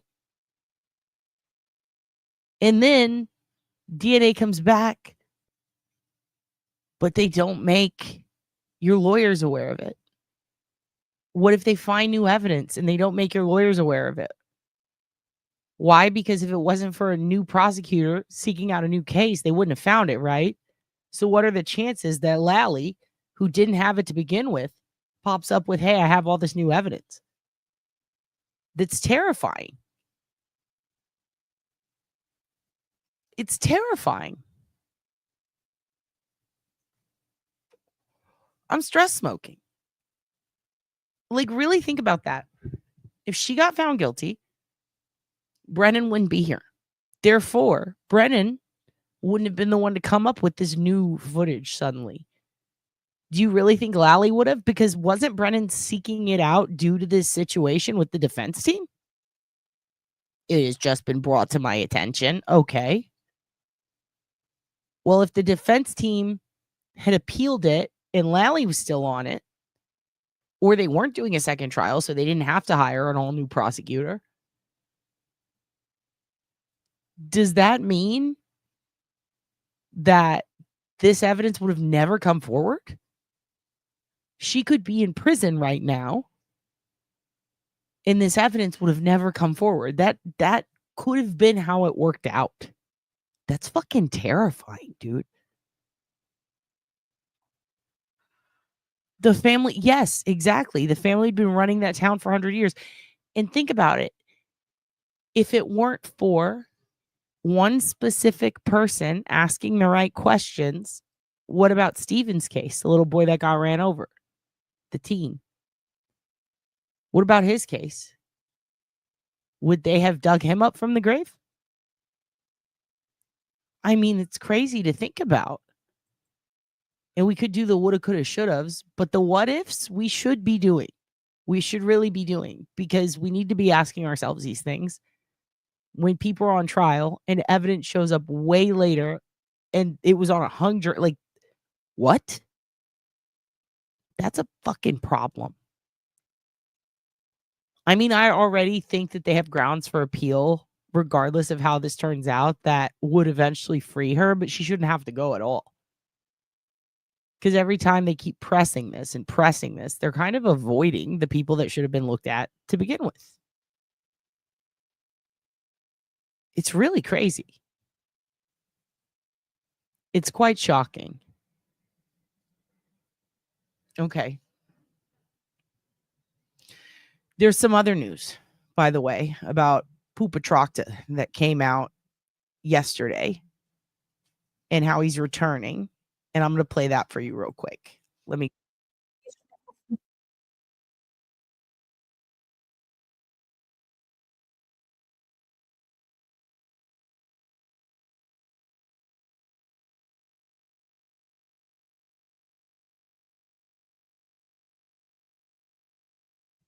Landlord came back. Okay, so here's what we're going to do. I'm going to play for you this news report regarding Poopa Proctor's parole or trial board hearing and how it's resuming, because that's new info. I didn't even know that we were still fucking with that, but I guess we are. So let's see what's going on. This is news to me also. I haven't watched this yet. Wanted to watch it with you guys, so let's see what that's about, okay? Here we go. Facing misconduct allegations tied to the Karen Reed case is back in front of a trial board today. Thanks for joining us, everybody. I'm Paula Eben. The board's decision will determine Michael Proctor's future with the department. WBZ's Louisa Moeller is at State Police headquarters in Framingham with what happens today. Louisa? Well, Paula, here we are again. Trooper Michael Proctor is inside this building for day 2 of what's essentially a private trial. He'll continue to make the case that he should keep his job with counsel present. A trial board of his superiors will weigh that and the evidence. And even though it's likely that this hearing will wrap up today, the trial board does not need to make its decision right away. Yes, she's a babe. Weird Fall River accent, though. The lewd texts that Trooper Michael Proctor read during Karen Reed's first trial may take their toll Monday. Proctor is inside Massachusetts State Police headquarters for the second day of his disciplinary hearing, where a trial board of his superiors will act like judge and jury. She's a whack job. Proctor has been on paid administrative leave since last July, right after Reed's trial ended in a mistrial. He's facing these allegations of misconduct, writing inappropriate texts on his personal phone about Karen Reed while he was the chief investigator of John O'Keefe's murder, and revealing investigative information to family and friends, plus drinking, then driving a state police cruiser. Okay, let's talk about this, because we got to go over this list. Inappropriate texts about Karen Reed. Inappropriate is, oh, look, Christina, you're here. You're here. You made it. I don't know what happened. I don't know what happened. Oh my God. Riz, you're fucking hilarious. And Betero is on the case now. Are you kidding me? Are you kidding me? She's got a dream team, dude. It's about time. It's about fucking time. And welcome. I don't know what happened to your other account. I don't think Riz is a troll. I think Riz is hilarious, to be honest with you. She's being sarcastic. Does that mean they can keep him on leave until after Karen's trial? It would look awfully bad worse to say he was let go during trial 2. Yeah, that's a different. I think it's somebody pretending, playing pretend, being stupid. And I love them. I think they're funny. They're being very sarcastic, and I enjoy it.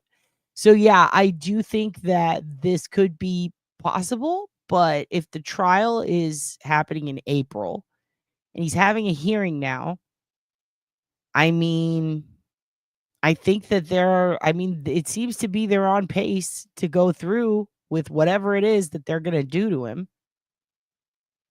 I think it's insufficient to say inappropriate texts. They were unbelievably absurd. They were beyond inappropriate. If anything, they were threats.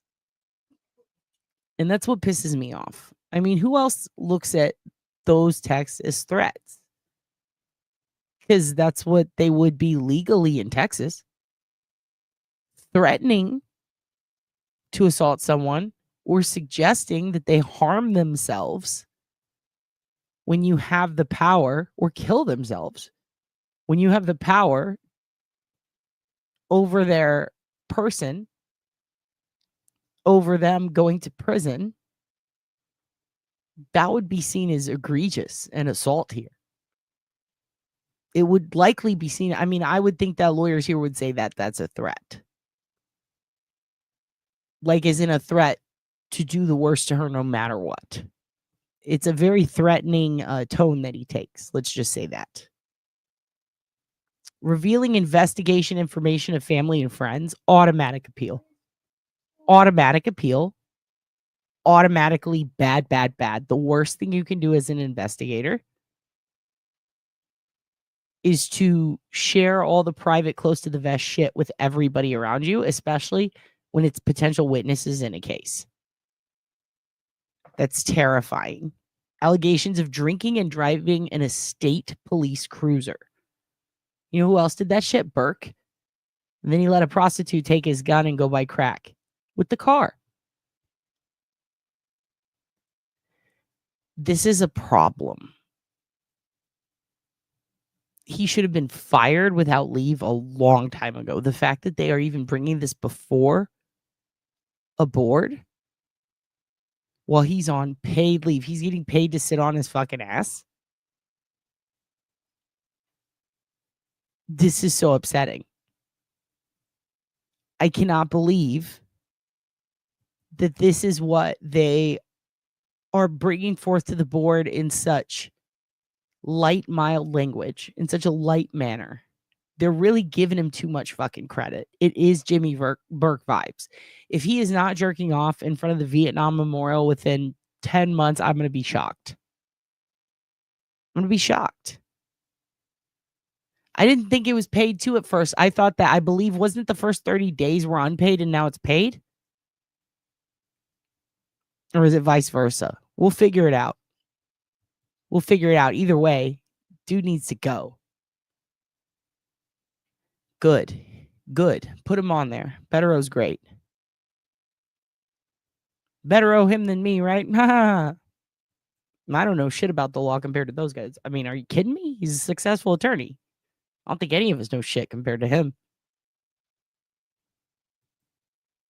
This case is, this is terrible. And see, like, how I don't think it's right to wait until after the trial for optics. When you consider that this is the, I mean, are they going to bring him up again? Are they going to bring him up to testify? I didn't really know anyone to chat with back then, so I just made this profile look identical. Well, there you go. He couldn't make it there in time. He settled for Roosevelt on the horse. Better owe these hoes. Better owe these hoes. I said, whoo. This case just like a giant dino shit from Jurassic Park, and Karen is left digging armpit deep trying to find the goddamn satellite phone. She's trying to find the pus pustule on the goddamn Stegosaurus. It sucks. On the Stegosaurus tongue. That was disgusting. They don't want to have to say former trooper at a trial. Well, I mean, they're going to have to read the text messages. And then the jury's going to go, what the fuck? Why wasn't he fired? Was he fired? Who is this fucking guy? It's going to look worse for them if he's not. If they had time to fire him and they didn't, the jury's going to go, what the fuck? It's going to look worse for them. It's a horrible decision to keep him around as a trooper, an active trooper during trial. Oh, shit. It's any jury is going to look at that and go, he was fired, right? And if they leave that open-ended, it's not going to be good. It's just not going to be good. Let's go back. Let's hear this again. Just the middle part. Trial board of his superiors will act like judge and jury. She's a whack job. Proctor has been on paid administrative leave since last July, right after Reed's trial ended in a mistrial. He's facing these allegations of misconduct, writing inappropriate texts on his personal phone about Karen Reed while he was the chief investigator of John O'Keefe. Hey, thank you, Vanessa R. Thank you. And also, like, when they're saying personal texts to his friends and family, like, are we going to get to see, I want to know if this time around, are we going to get to see more text? Like, are we going to get to see actual printouts of his text? I want to see, like, is he like, oh my God, everybody loves Raymond is so fucking funny. Like, is he like, oh my God, I can't stop laughing at the Big Bang Theory to his fucking sister? Because if I see some shit like that, I'll cut my own head off. I don't want to see that shit. What a disgusting man. I want to know what shows he watches. Murder and revealing investigative information to family and friends, plus drinking, then driving a state police cruiser. I just get drunk and drive my state police cruiser around, okay? While I text to my sister about how I wish this chick on my case would fucking kill herself. And then I try to send dick pics to the neighbors. Like, this guy's a piece of shit. This guy, what a horrible cop. This stems from testimony that revealed he went out drinking with the brother of Canton police officer Brian Albert. Inside the sprawling state police building, Yes, it does refresh my memory. a trial. He didn't just go out drinking with Kevin. Oh, Kev. It wasn't just he left. Didn't he leave his shit in there? Didn't he leave his badge and his gun? Some shit like that. His service weapon. He's straight up Jimmy Burke. Board will take away his job or acquit him, but that decision is not final without the sign off of the state police colonel. Well, who the fuck is the state police colonel? We'll look it up. Now, obviously, there continue to be implications beyond whether Trooper Proctor keeps his job. If he is fired, it would further erode his credibility as a... Remember the dentist system? Implications. Implications. The fuck just happened here? witness in the second Karen Reed trial or in any other trial in which he was the investigator. Live in Framingham, Louisa Moeller, WBZ News. Here's the other thing. If he gets fired, that's going to fuck with some shit, isn't it? If he gets fired, it's going to fuck up the Brian Walsh case and a bunch of other cases. That's spooky dookie. So now a guy who definitely did it might get to go free, and a woman who didn't do it might go to jail. So we're doing a swappy. Man for lady. Man goes to jail, or man gets out of jail, lady goes to jail. Is it a tradesies? New MSP boss is Jeffrey Noble. I hope he's noble. I hope he lives up to his fucking name. Is it unpaid? Confirmation, unpaid leave. You feel better? Good. I don't want to make any fucking money. Shit. If they keep him in limbo the whole time and he stays unpaid, that actually might be more fuck you to him, right? Because if they fire him, he could make some money off some interviews. What do we want for this guy? Do we want him to stay employed and not get paid for a long time? Which would really fuck him. Or do we want him to get fired and then have the free will to go around doing interviews for like fucking Dateline and make that $1,500 check? Oh, that is true. It does happen everywhere. He ain't. Tradesies. Your treat? No, we are not. That was like 10 hours ago. We're here now, Melissa. Welcome, Turd. Welcome. Yeah, dude. Where was he during Henry Bedard? For fuck's sake. It's terrifying. Christina Rex was able to speak with one of the jurors post MA Supreme Judicial Court ruling coming down. It's an interesting statement, to say the least. Oh, I'll have to check that out. I will have to check that out. Pulled that from Bob's tweet. Defense Diaries. Excellent. Turd Mekistan? Are you getting hacked from Turd Mekistan? Look out. Proctor ain't shit. He's not. He's absolutely not shit. So the ruling today, what were they responding to? This right here. This lovely fellow with the glasses. Winking. Or doing whatever it is he does. I just want to watch a little bit of this. I did watch some of it when it first came out, and then I watched it in bits. But I do like how it's like there's a debate or a chess timer. That's fun. That's not at all Double jeopardy protection. rushing a very important fucking decision. That seems fair and reasonable. Yikes. I'm going to play a little bit of this. I am going to put it at a custom playback speed of 1.25. 1.25 is the custom playback speed.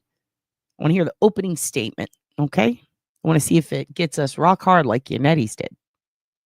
All right, let's revisit it, and then we're going to look at the outcome today, okay? Okay, let's do that. That safeguard defendants, in this case, Ms. Reed, from the risk of re-prosecution for the very same offenses for which a prior jury was discharged without manifest necessity, without her consent. And we now know, based on the representations of 4 jurors. Non-consensual discharge, you say? Non-consensual discharge. In this case, rude. Indirectly a 5th, no contradiction from any of the 7 or 8 other jurors, that there is a trustworthy, corroborated, and we can test uncontradicted showing that the prior jury reached a unanimous decision to acquit Ms. Reed of 2 of the 3 charges in a multiple count indictment that she was tried on in Norfolk County. I want to first. What is the factual basis for your assertion that the jurors who contacted the DA's office are different people from the ones who contacted yours? I don't have a basis to. Okay, so when you say 7 or 8, that's speculative? The numbers are that 4 of the jurors directly contacted the defense. A 5th, there was indirect proof that a 5th juror contacted the defense. A juror who could have been one of the 5 or could have been one of the 7. Okay, so you're not representing that it's more than 5? That's correct. Okay. What I am contesting is that there was no manifest necessity for the mistrial, which is issue 1. There was no consent, issue 2, and that this court's jurisprudence strongly suggests that the defendant has met her burden of production and is therefore entitled to a post-trial jury voir dire by the trial court, at which we contend the probability, if not the certainty, that that voir dire would result in proof that there was a final and binding. So Weinberg, you jump all the way to acquittal, correct? Yes. Under Rule 27, the verdict has to be unanimous. Yes. It has to be a general verdict returned by the jury to the judge in open court. And then the second element, the jury has to file a verdict slip with the clerk upon the return of the verdict, which is a written recital of that same verdict. Here, none of those elements were met. Correct. In the face of the juvenile case, in the face of Taylor, how is this an acquittal? It's less a matter of labels. I could call it, Judge, a unanimous Well, decision. you cite Taylor, which is the case in Quincy where the judge basically, there was a procedural defect in a complaint, and the judge, for lack of a better term, pulled the plug on the case, and we had to decide what was that. Was that procedural error, or was it a judgment on the merits? And we decided whatever the judge said, it was a procedural error. Yes. That case is an opposite to what the situation. So how do we say it was an acquittal without a verdict in open court and no verdict slip? I think you say that there was a unanimous decision made by the jury that is subject to the proof that would come from a post-jury voir dire. I don't contest that this court should just impose an acquittal and substitute a verdict because of the declaration. Well, that's a double jeopardy claim, right? Yes, it's at the core of double jeopardy that if we can prove, and I suggest we've more than met the burden of production of proof, more than many cases where this court has remanded for jury voir dires, that if that jury voir dire established, which is what we contend it would if ordered, that this was a final and unanimous decision made by the jurors, but they didn't announce it. The post-verdict inquiry is usually or exclusively limited to extraneous information in front of the jury, charges of racism in the jury room, etc. Here, do you want us to carve out a new exception to that rule? I think it's an extension of prior precedents. Fiddler talks about not establishing inflexible rules that would expense justice at the price of certitude. In Fiddler, there was evidence from the jurors that there was evidence received by a jury that didn't come from trial evidence. So that was. Doesn't Fiddler caution to not inquire into the, not to intrude into the sanctity of the deliberative process as well? It does. Absent this extraneous influence. But the influence in this case is not extraneous. It has to do with the very deliberations that occurred, correct? I would argue that it has to do with the results of those deliberations and that a carefully set of questions preceded by an instruction to a voir dire jury. We don't want you to disclose why you reached a result or the content of your processes, but we want to ask you about a result. Did you vote on count 1? How did you vote? You seek to impeach the written communication by the foreperson, correct? I'm sorry, Judge. You seek to impeach the written communication of the foreperson, correct? I would say that the recent jury declarations demonstrated that there was facial ambiguity in those communications. Yes. And don't forget, 4 lawyers and an AV tech guy. And remember how pissed Bev was about him. And remember, he ended up saving the day when they couldn't pull files up one of those days. And it was like, oh, thank goodness for this guy, after she made a big stink of it. So now there's going to be 5 lawyers, AV tech guy, Hottie in the corner. God damn. They related to a lack of unanimity, to a deadlock about charges. But count 2 by itself, read vertically, had multiple charges. Horizontally, there were 3 separate counts. There was ambiguity. The trial court didn't realize it. The trial court. And see, at this point, I wish that they could have shown the jury form. Did they? Did they have a copy of it? I wish. I hope. That would have been nice. Also, agree, hate that the clock is running while the judge is talking. That's weird. Erred in not allowing what Taylor and Stewart mandate as imperatives before there was a ruling of manifest necessity. No opportunity for a defense lawyer to make arguments about options to the declaration of mistrial. And I contest that there were at least 3 viable options that Stewart, Taylor, and all the cases of this court mandate be, quote, carefully considered. You've got an exhausted jury writing this very eloquent message saying, we haven't been, we've done our best. We haven't been able to reach a verdict on any of the charges. There's no inkling in that they've reached verdicts on charges, or that this only relates to the second charge, right?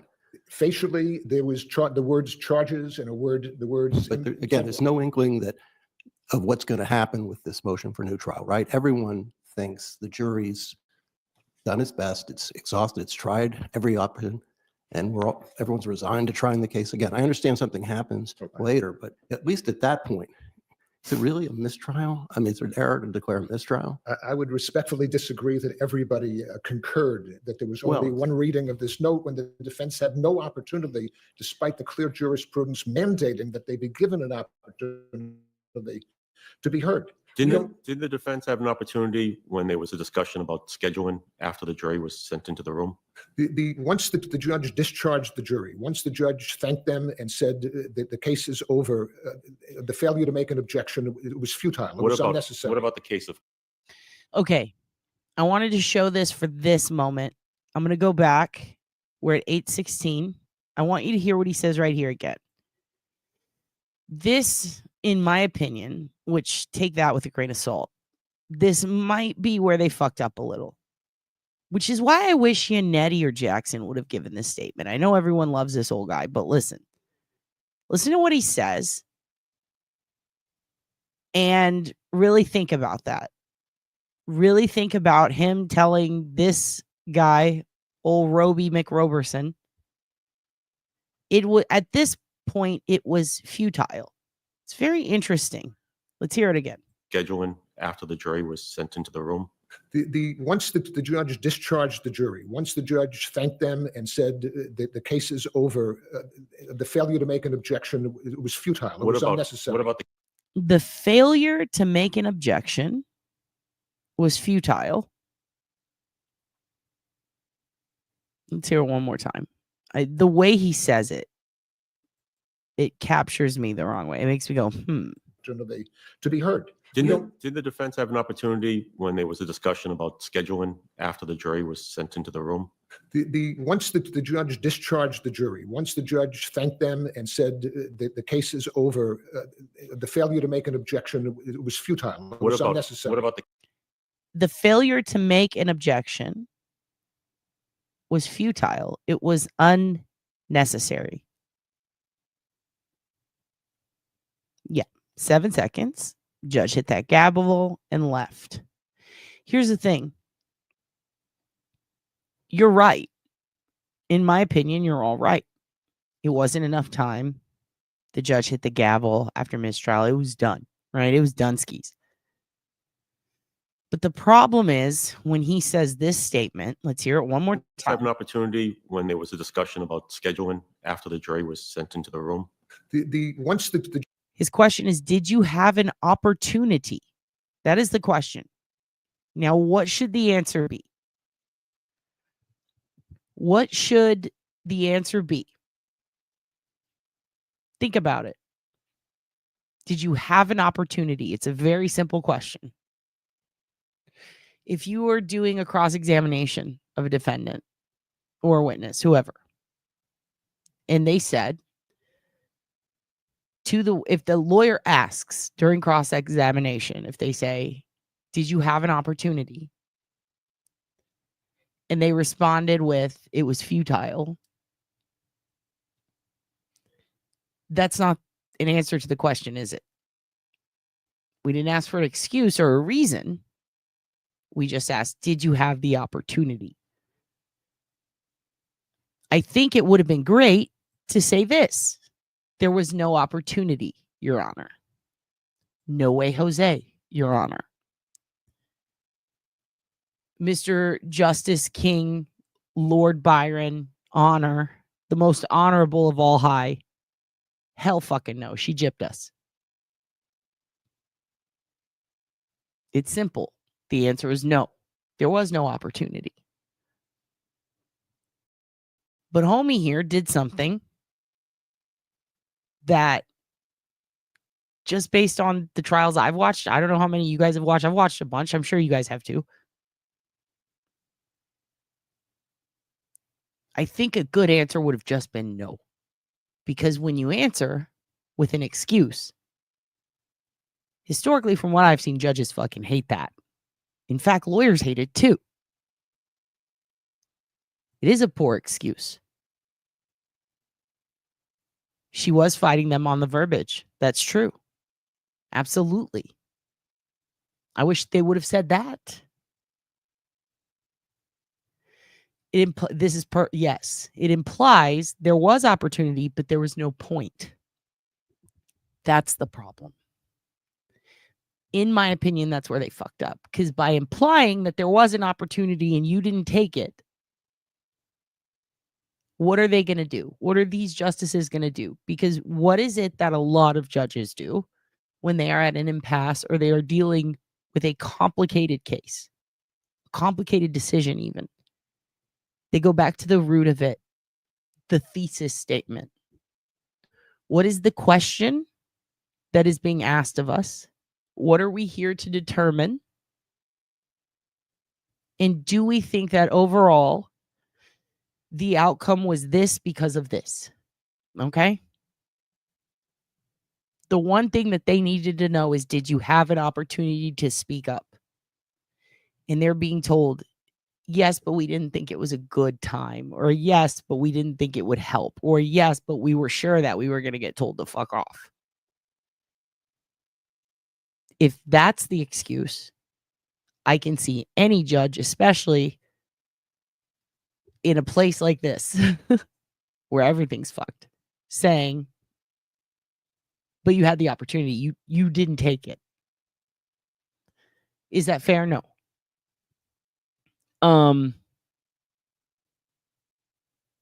Do I agree with their decision? Absolutely not. However, do I think there was a critical point in this entire hour and 3-minute hearing where the one question that relates directly to the thesis, the point, the contention, the whole reason that they're there,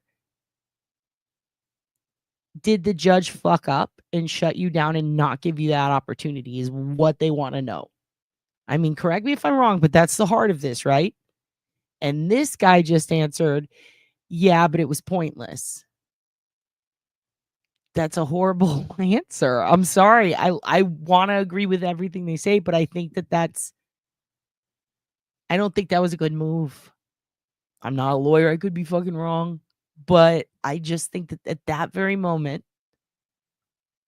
resistance is futile is not what you tell a Supreme Court who's asking you a very simple question. I would say no. In our opinion, no, even. No, we didn't get a fucking chance. And then when they ask why, is she from Russia? Because, bitch, why you Russian? You feel me? And they didn't do that. Don't come back till you've reached a unanimous verdict in all counts. Would have been great for them to focus on. I think they should have used Jackson or Yannetti for this. I understand that this guy maybe, he's Ric Flair. They're John Cena. Yeah, they could get 17 title wins, but he's about to break a record. Let's let him do it. I don't know.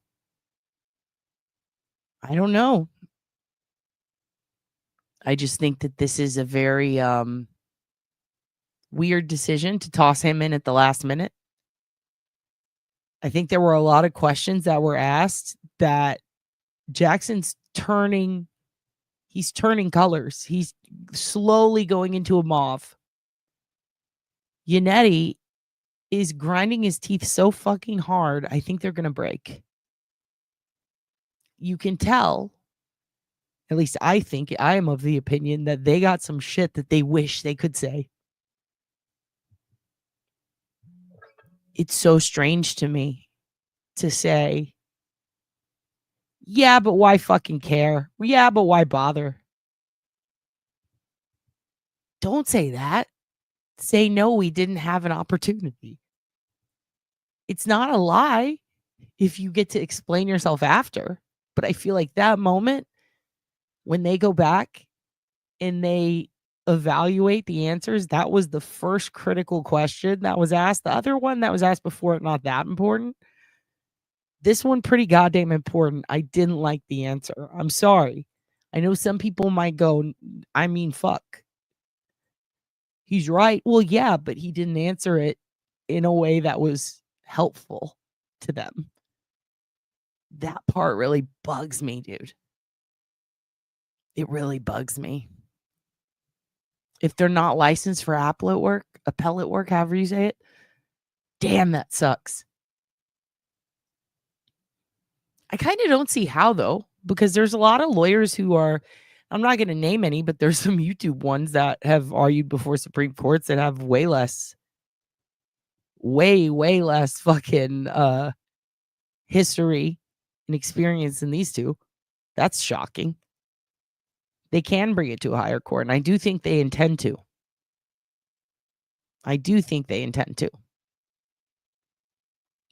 Tish, go to night, hun.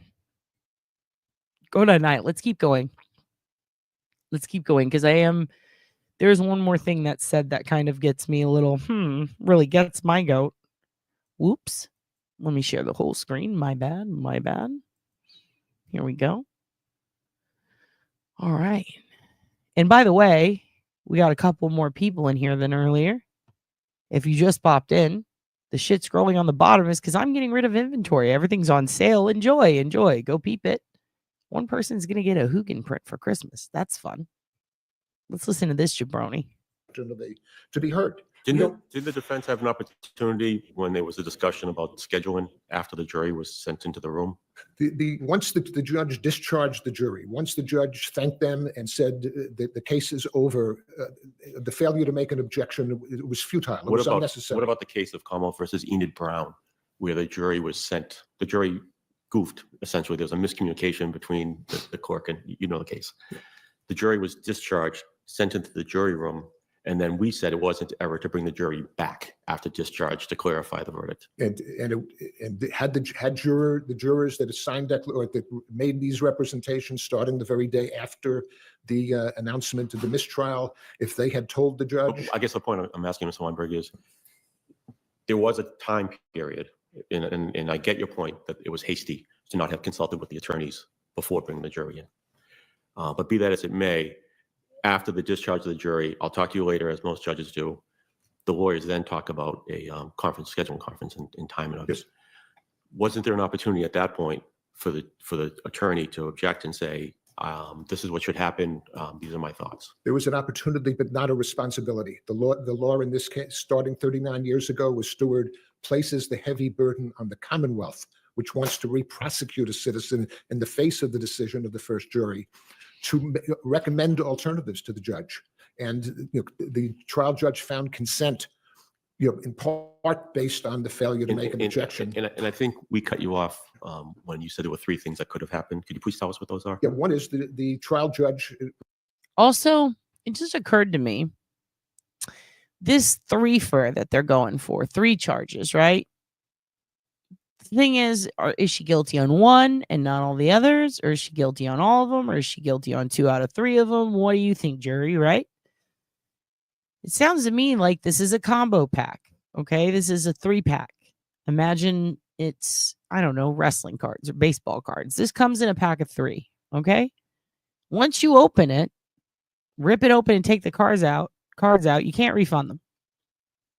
All right? You can sell them each individually, but you can't refund them. It's just not how it works. I think with this, it's like, what does the jury have to say?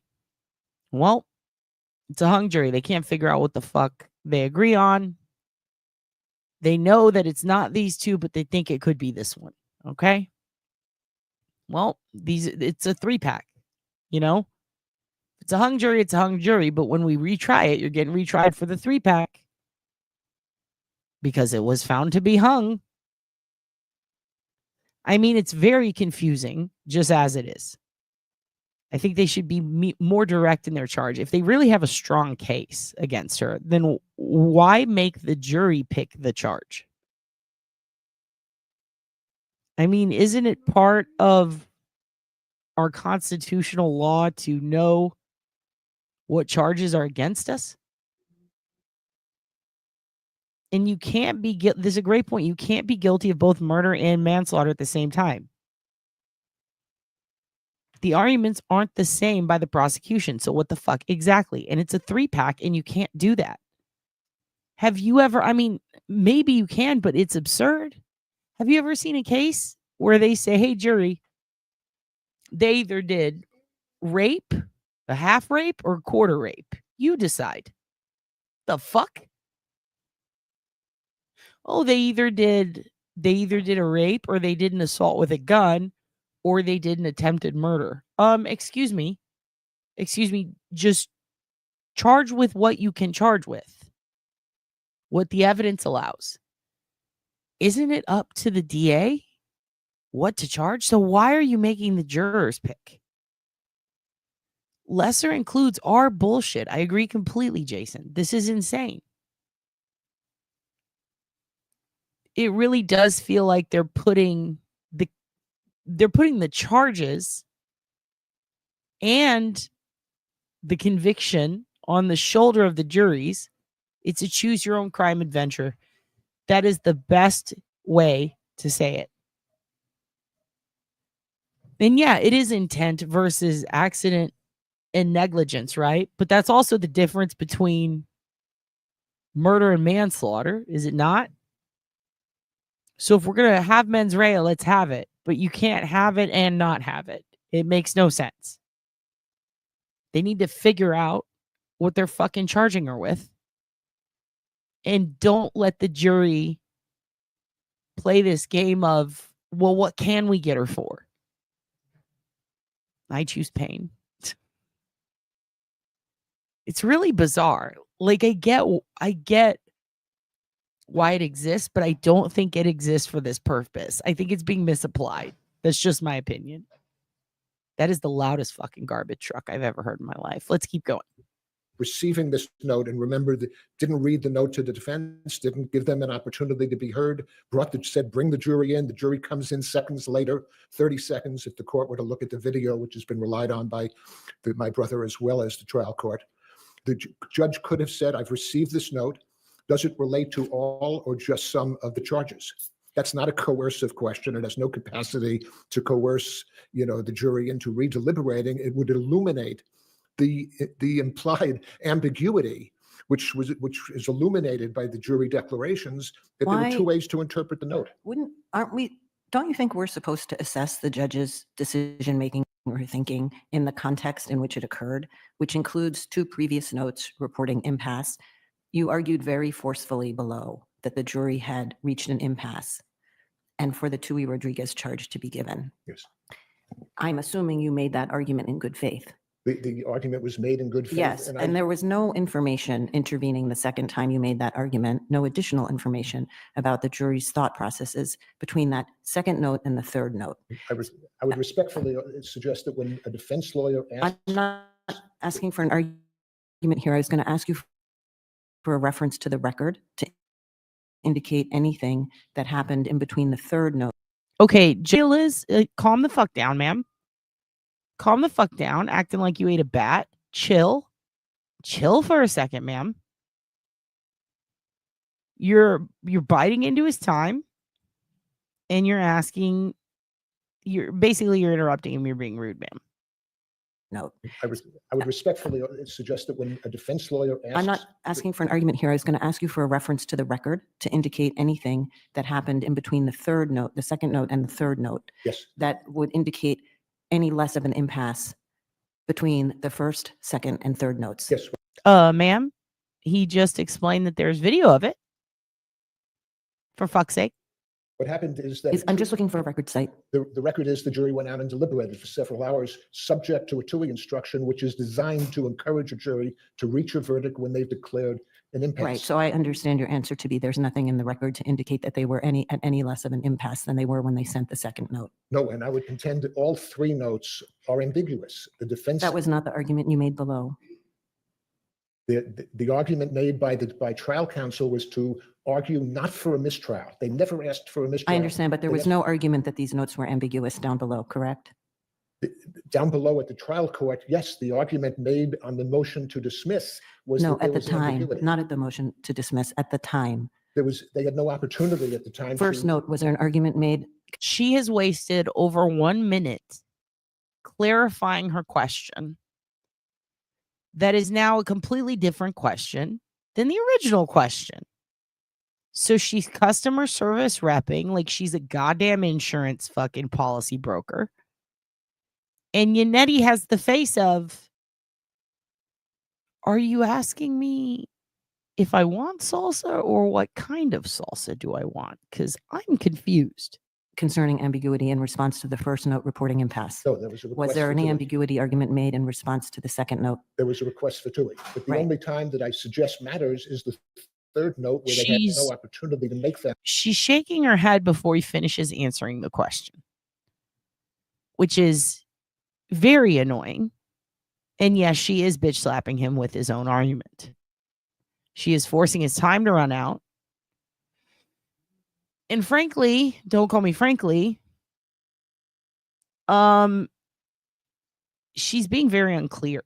She asked him first to cite a case. Remember, that's how this started. Can you cite a case that backs up your shit? He's like, ma'am, that's assault. I haven't even finished telling you what I'm bringing to you. I have yet to finish responding to your first question. Then she continues. And she says, why do you want the hot salsa or the not hot salsa? Why are we even talking about salsa? I don't know, ma'am. You asked me what kind I want. Why would that be? Why would we just focus not on the totality of the three notes, but just the last, or actually citing any legal authority? Why would that? Sorry, it broke up. I'm going to go back a little bit. And also, she throws some sass at him too. The women are sassy. Can't say I hate it. In this, how it's being applied here in Karen's case, yes, I do hate it. But honestly, I would be afraid of all of these women. I would be afraid to go to lunch with them. And for that, I respect them. They had no opportunity at the time. First note, was there an argument made concerning ambiguity in response to the first note reporting impasse? Okay. And this is, I'm glad I went back here because I was looking for it and I was like, did I miss it already? There we go. So he kind of contradicts his first argument. That's what trips me out. Earlier, he said, essentially, he gave in to the first judge who questioned him. Or I should say the second. It was the second justice who questioned him. Maybe it was the first. It was tall, skinny, white guy. So anyway, that guy. He basically says, like, there was an opportunity, but it was futile, right?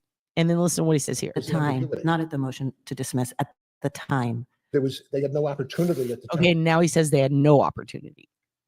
So that's a conflicting answer. Again, they're going to go back to the record and deliberate, and they're going to have everything typed out beautifully for them, unlike the jury in Karen's case. Now, the judges, they get the benefit of, here's everything laid out perfectly for you. Here's all the evidence, and here's everything typed out and beautiful, and here you go. Here it is to look at. And the jury has to goddamn play Plinko to get an answer to a fucking question. Then they have to send secret notes like they're in that show, The Circle. So already, not very transparent, not very fair. But I do think that this is where they fucked up. In my opinion, I think saying there was an opportunity, but we take it to one judge and then telling the other judge there was no opportunity. Yikes. I do wonder if they went back, noticed that, and said, aha. There we go.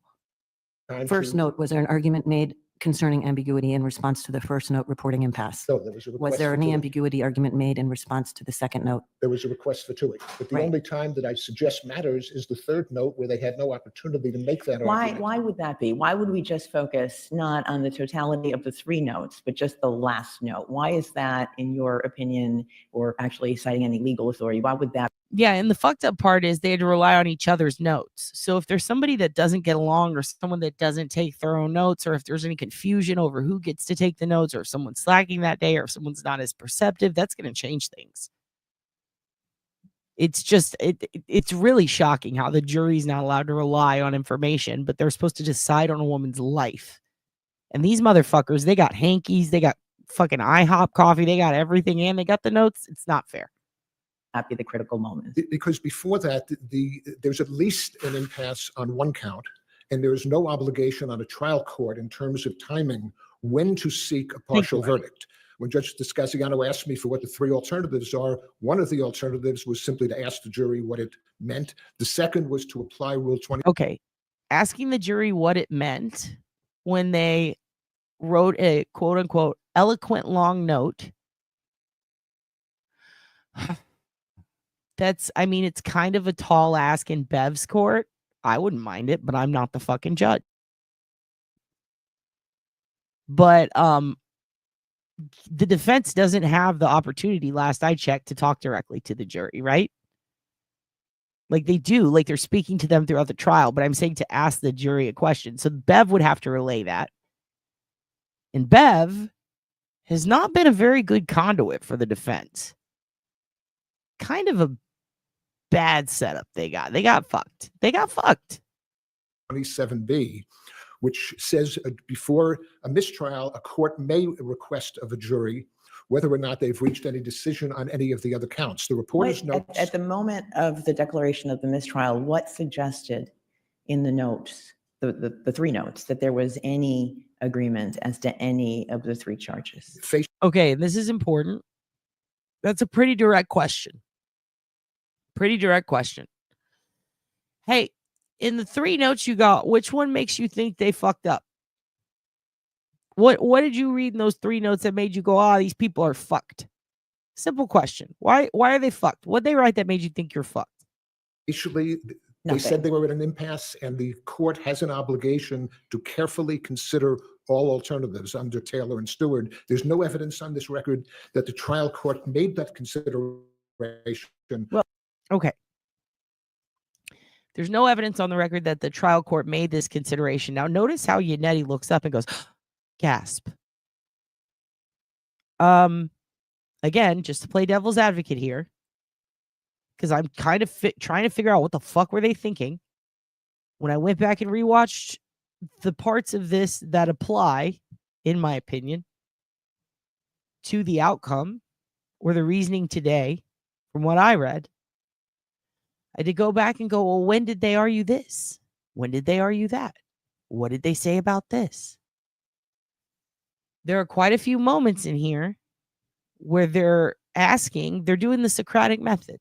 They're asking the same question to see if they get a different result, right? So far, we've got two judges that asked a question they got opposite responses to. And now she's trying to figure out why, because there were three opportunities for the jury to go, oh, we're confused. We got bird brains. And she's like, when did they say they had bird brains? And he's like, well, let me tell you what makes me think they think that they can't figure this shit out. Let me show you where I think they got bird brains. And Yannetti's going, fuck. I wouldn't say they got bird brains on that part. Why does it keep doing that? Let's go. There's no evidence on this record that the trial court made that consideration. Well, after the first note, she asked counsel and the prosecutor, what do you think? And I thought defense counsel argued they've exhausted their review of the evidence, and so give the TUI Rodriguez. And the prosecutor said, not yet. And she said, yes, no, not yet. And then there was the second note where again. So that's a problem. And yes, we do Fupa de Beppo shirts available. Fupa de Beppo. I don't want to spoil anything, But I am going to spoil something. One of those surprise prints that you might get in the print sale might be a Fupa de Beppo print that has never before been seen. And it might have taken me many hours to line up all the little tiny balls and dots on it. So here's another thing. What did she just ask right here? Let's go back. Defense counsel argued. I should say, what did she say? Because we're talking about in between the notes, right? There's no evidence on this record that the trial court made that consideration. Well, after the first note. Okay, so his argument here is there's no evidence on the record that the trial court made this consideration. And she's saying, please hold. It looks like not only did they make that consideration, but Bev sided with you guys on this. Bev sided with you guys on this. So I think that's why Yannetti's butthole is puckered right now, because he knows that. He knows that. I'll always do ball work for you. I'm constantly doing ball work. I'm massaging your balls all fucking day, Melissa. I was catfished by Turd Ferguson. God damn it, that's funny. Fupa de Beppo. Get it now. She asked counsel and the prosecutor, what do you think? And I thought defense counsel argued they've exhausted their review of the evidence, and so gave the Tui Rodriguez, and the prosecutor said, not yet. And she said, yes, no, not yet. And then there was the second note where, again, they report they're in an impasse quite eloquently. And again, at that point, the prosecutor says, don't give the Tui Rodriguez. And the defense counsel says, yes, go ahead and give Tui Rodriguez. So what she's saying here by give Tui Rodriguez is basically, are they going to come? Are they about to come? I think they're going to come, is what the defense says. I think they are going to come. Okay. And then the prosecution said, no, wait, keep stroking. And then the defense said, nope, we're ready to hock Tua. And then Judge Bev goes, I agree. I think it's time to hock Tua. And then they finished him off. They finished off the jury. They were edging. All right. And then defense said permission to squirt. Can we finish this up? I got shit to do. And then the prosecutor said, no, we want to edge longer. And Bev said, fuck no. I'm going to go with them. Go ahead. Fucking bust ropes on this jury. That's bad. That's bad. And that sucks. Because it does, that would have been their opportunity, right? That they said was futile, but Bev sided with them. So was it futile? That's all that Justice Wonderland is trying to say. And she considers that alternative and gives the Tui Rodriguez instruction. Yes. Now we have the third note. We've really tried on all the charges. Some of us agreed that beyond a reasonable doubt, that the elements of each of the charges. We tried to hold out. We're going to come. Please stop edging us. Please stop edging us. Just spit on it. It'll fit. Bev says, defense, are you sure? You ready? Have been established. Some of us do not. And at that point, she's considered the alternatives. Let them continue to deliberate, give the Tui Rodriguez. And the third time, it sounds like that everybody's in an. She's like, do we give them blue balls? Do we stand them up and go home? All right. Or do we bust ropes? What do we do here? 3 times I've asked them, are you going to come? This is where we're at. Impasse. That's all the information she has. And that's part of the perils of not providing counsel with an opportunity to be heard, which is what was required. Because this is we what don't know that the happens jury notes when you don't ask, hey, do you have a condom? You get busted on. 1 and 2 didn't also relate to 1 rather than 3 counts. What the defense wanted was a verdict. If you want a mistrial, you ask for So one. your rule would be that anytime there's more than 1 charge, the judge must ask when the jury reports back that they're in an impasse. The judge must then ask, well, are you at an impasse as to count 1? Notice when she said must. They must. Do you remember when they were arguing about this kind of language in Karen Reed's trial? Must versus should is a big deal. It's a big deal when it comes to lawyers and arguing. It's just like debate, dude. Every word counts. What are ethics? What are morals? What is must? What is should? This implies that a judge should consider it, but must they? No, they mustn't. But if it's must, that means you have to. That's different. We are now at the point where we are arguing about words like we're in a goddamn high school debate. To one rather than 3 counts. What the defense wanted was a verdict. If you want a mistrial, you ask for So one. your rule would be that anytime there's more than one charge, the judge must ask, when the jury reports back that they're in an impasse, the judge must then ask, well, are you at an impasse as to count 1? Are you at an impasse as to count 2?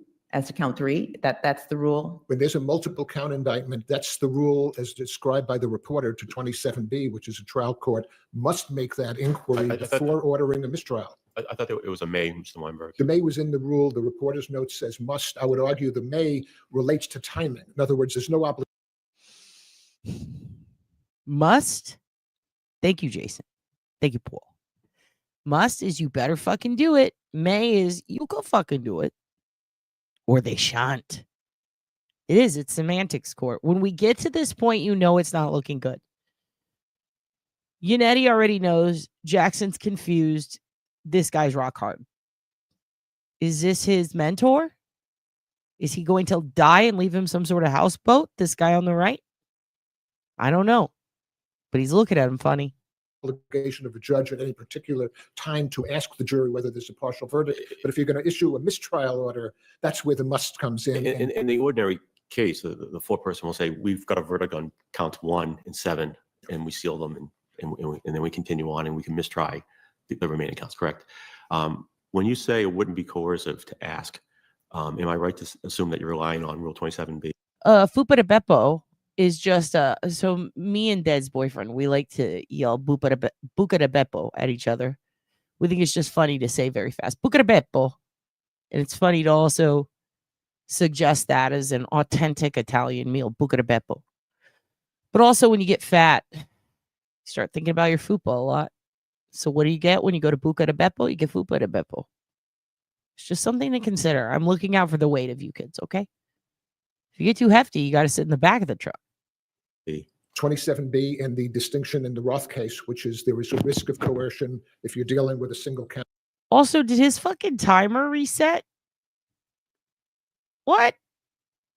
I'm confused. I just noticed this now.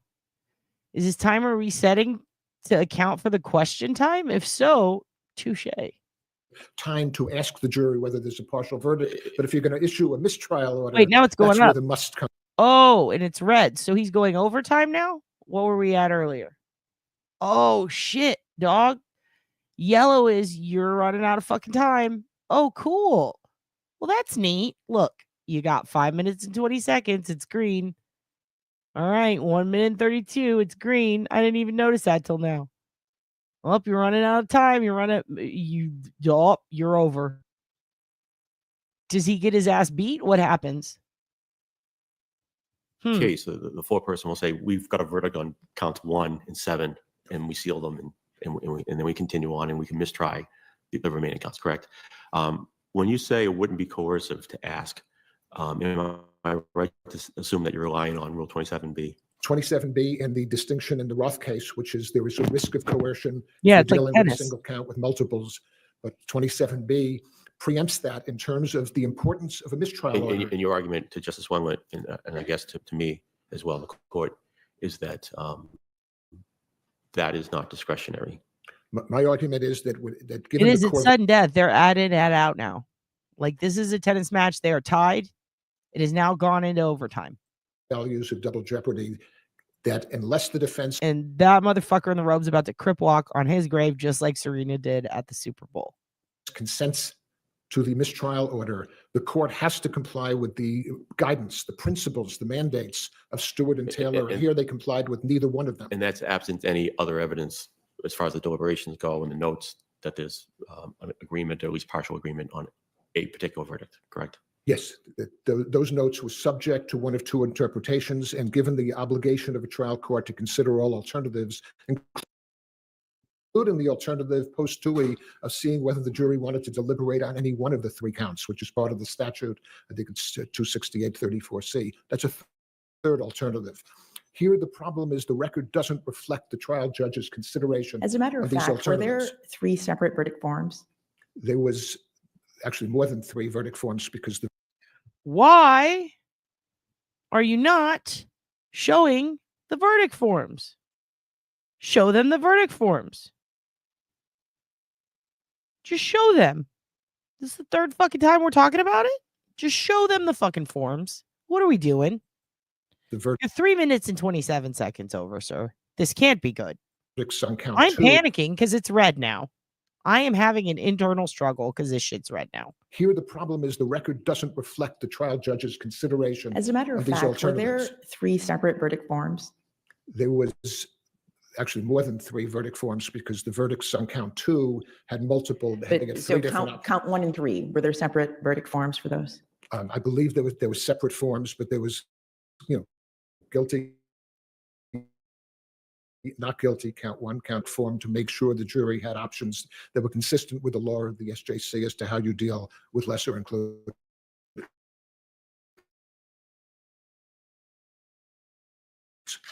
Can I ask, sorry, are you done? So she could without interjecting herself in deliberation. So let me read what she says. While the defendant contends that the conflict is reflective of the fact that the instruction given to the jury by the court were confusing, determining whether this is true would necessarily require inquiring into the back. Envision a way that she could ask the questions you're talking about without requiring them to explain whether they took votes, how they took votes, what the votes were. Just tell me what your thought process. Uh-oh. The notes. This is Well, my thought process, what questions could be asked. But If again, we're they're gonna going to require follow-up questions. And unlike extraneous influences, there was a racist statement made or something to that effect. This is different. We're going to have to require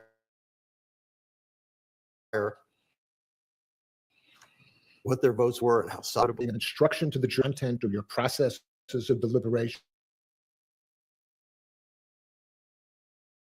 But what was your vote? Was the vote unanimous amongst other jurors? Was the vote final? Was it never reconsidered or rediscussed? Was it final? Isn't that gonna, the jury can. It's the weather. It's the Could, but there's no way. But isn't that going to result in asking that type of question? When you say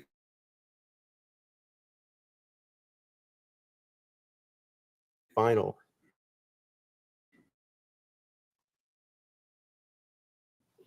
back of the based on the voicemail, based on the fact that in this highly publicized case, no other juror who they served for months says to anybody, to the court, to the clerk, to the court officers, to the prosecutor. well, they also don't write in saying we agree with the other 5 or anything to that effect. They're silent, as their deliberations are supposed to be silent, right? See.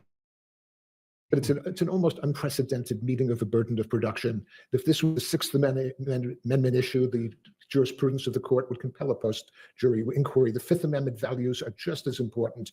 Questions could be designed, whether it's final or was it ever reconsidered, that would demonstrate what we contend. These were final votes. This was the end of counts 1 and 3. It's exactly what juror D says. We went to the bus and says no one's ever going to know that we But voted to acquit.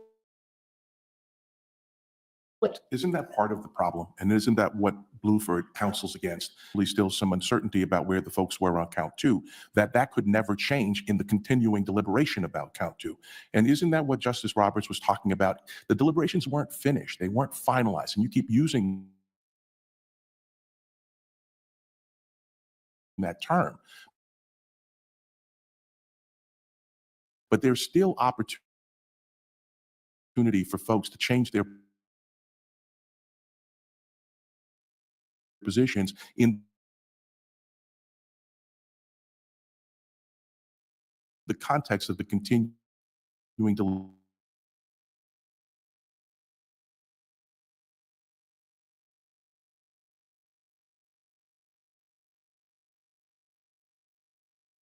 which prohibited partial verdicts. The jury said that they'd reached a decision, they would send out again, and then they said they had changed that decision and were at an impasse. In this case, a post-jury voir dire can ask about whether or not, was it unanimous? That doesn't intrude on the values of 606B. Was the vote ever reconsidered? Was it final? But that's my point. If you stop right there and say that's the end of the inquiry, that's really not true, because there's still deliberations that are left on count 2 that might inform a juror's change of position on count 1 and 3. And that could be the subject of a jury inquiry as to whether or not the unanimous vote that acquitted Ms. Reed of murder and leaving the scene was ever reconsidered. You can ask for a result without probing instead communications of bias. In Fiddler, they talked about the communication of evidence that wasn't received through the gatekeeper function of the trial court. This is important. Ms. Reed was acquitted by those jurors, and we should have the opportunity, or if not acquitted, we contend a unanimous vote. We should have the opportunity to have Judge Cannoni conduct a voir dire. It's done when one juror says there was a statement of bias, when one juror says there was contact with Right, an but when external it's an source. extraneous source, then you need not get into deliberations. But as I listen to you suggest questions that the trial judge could have asked, it seems to me those questions go directly to the jury deliberations. Hey, thank you, Vanessa, for being a new member. Welcome, welcome. That is a cute dog you have there. When she's done, or when they're done arguing this point, I am going to bring up the paperwork from today. We're going to look at some of the important parts, okay? But we're going to suffer through this a little longer because it does manifest itself in the response from today.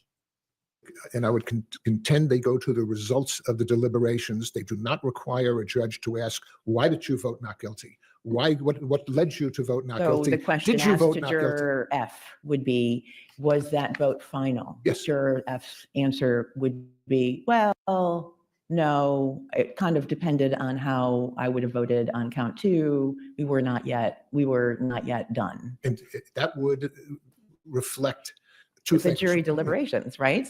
That would reflect that the voir dire by the judge did not lead to a result of a final unanimous verdict of not guilty. But to foreclose those inquiries when there's a real possibility 12 jurors are going to say to Judge Cannoni, if conducted, that was my vote, it was not guilty. We never reconsidered it. We considered her innocent. We didn't think she intentionally killed anyone. We should not be foreclosed from having that option. It seems to me that what you are in effect asking via a post-trial inquiry is to discover whether the jury disregarded the jury instructions. And the reason why I say that is that the jury were instructed to return a verdict after the final vote, and I'm using that as a direct quote of the jury. So when they had a final vote, they were then to check the appropriate boxes as to each charge, then sign and date the verdict slips. And it seems to me, or at least please correct me, why isn't this post-verdict inquiry that you're suggesting actually an attempt to try to establish that the jury didn't follow the instructions? And we have a long line of jurisprudence that says we presume that the jury follows the instructions. And there is cases when mistakes are made by jurors, where they don't fill out the verdict slip accurately.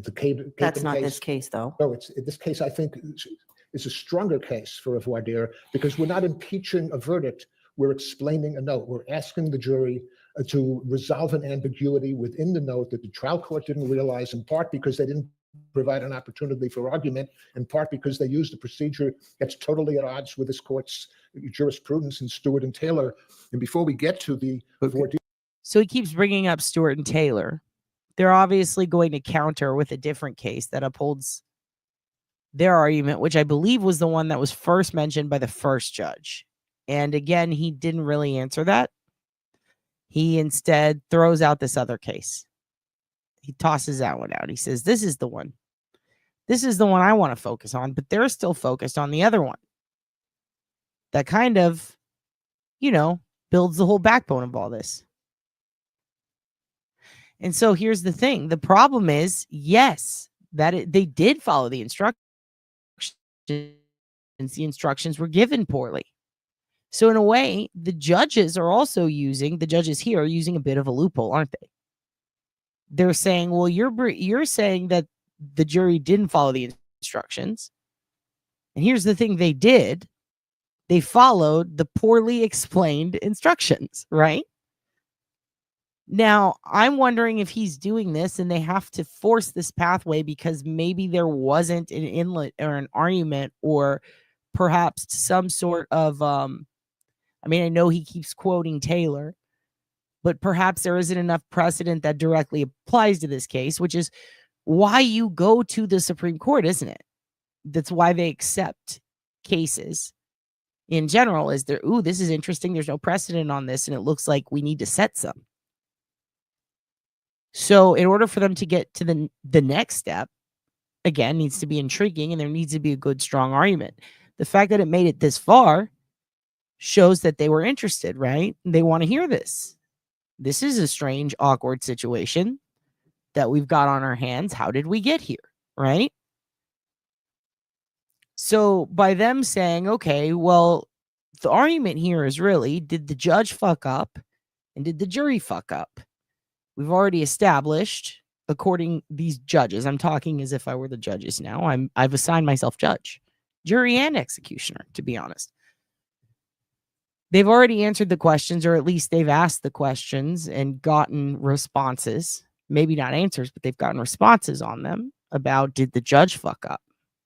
One would think we're at odds, but it seems like the answers given were contradictory, which the Supreme Court justices are good notes. Supreme Court justices are going to see as a win for them, as in we don't have to fucking worry about this. He contradicted himself, and also the judge didn't fuck up. There was an opportunity. They just didn't take it. Okay, fair enough, whatever. Not really fair, but it's going to be the argument, right? We know that already.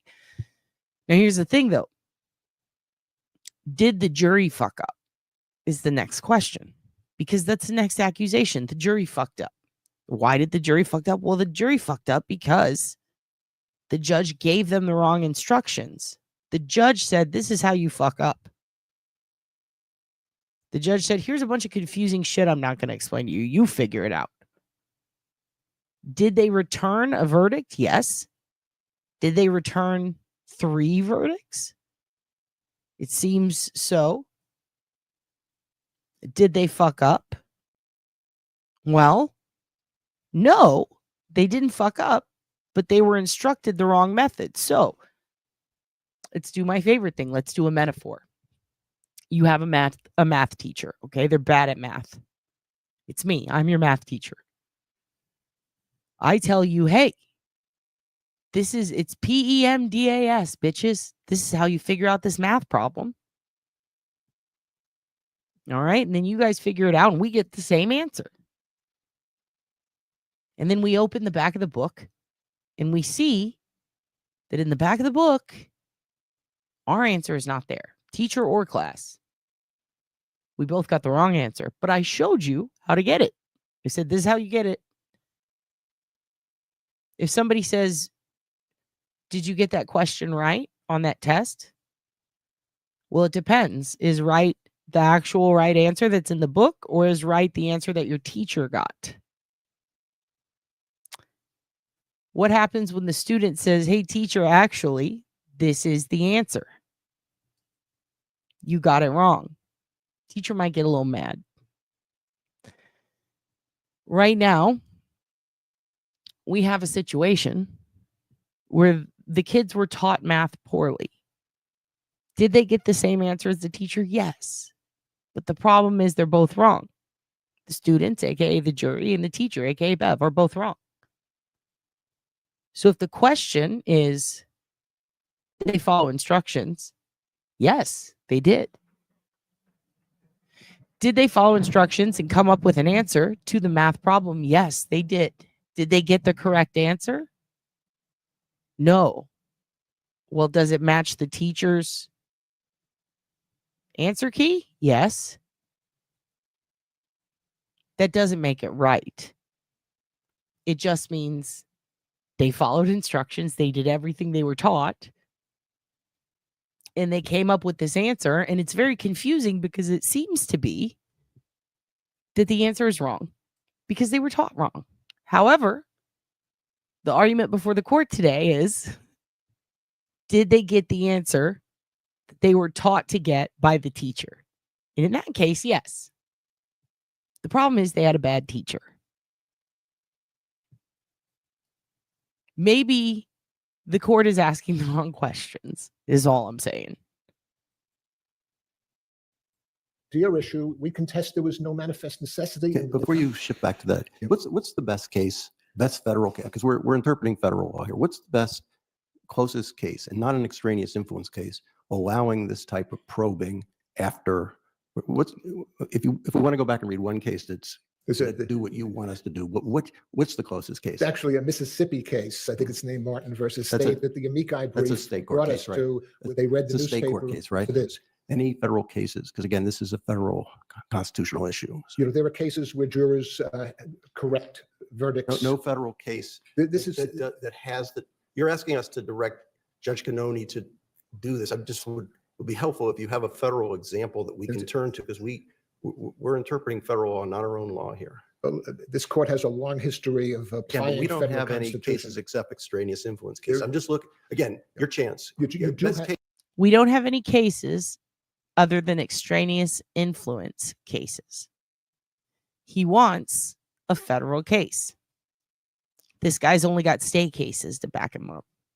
Again, I would argue that's why we're here, sir, because in the Supreme Court, you're supposed to argue cases that don't have precedent, aren't you? Isn't that why we're fucking here? But he didn't do that.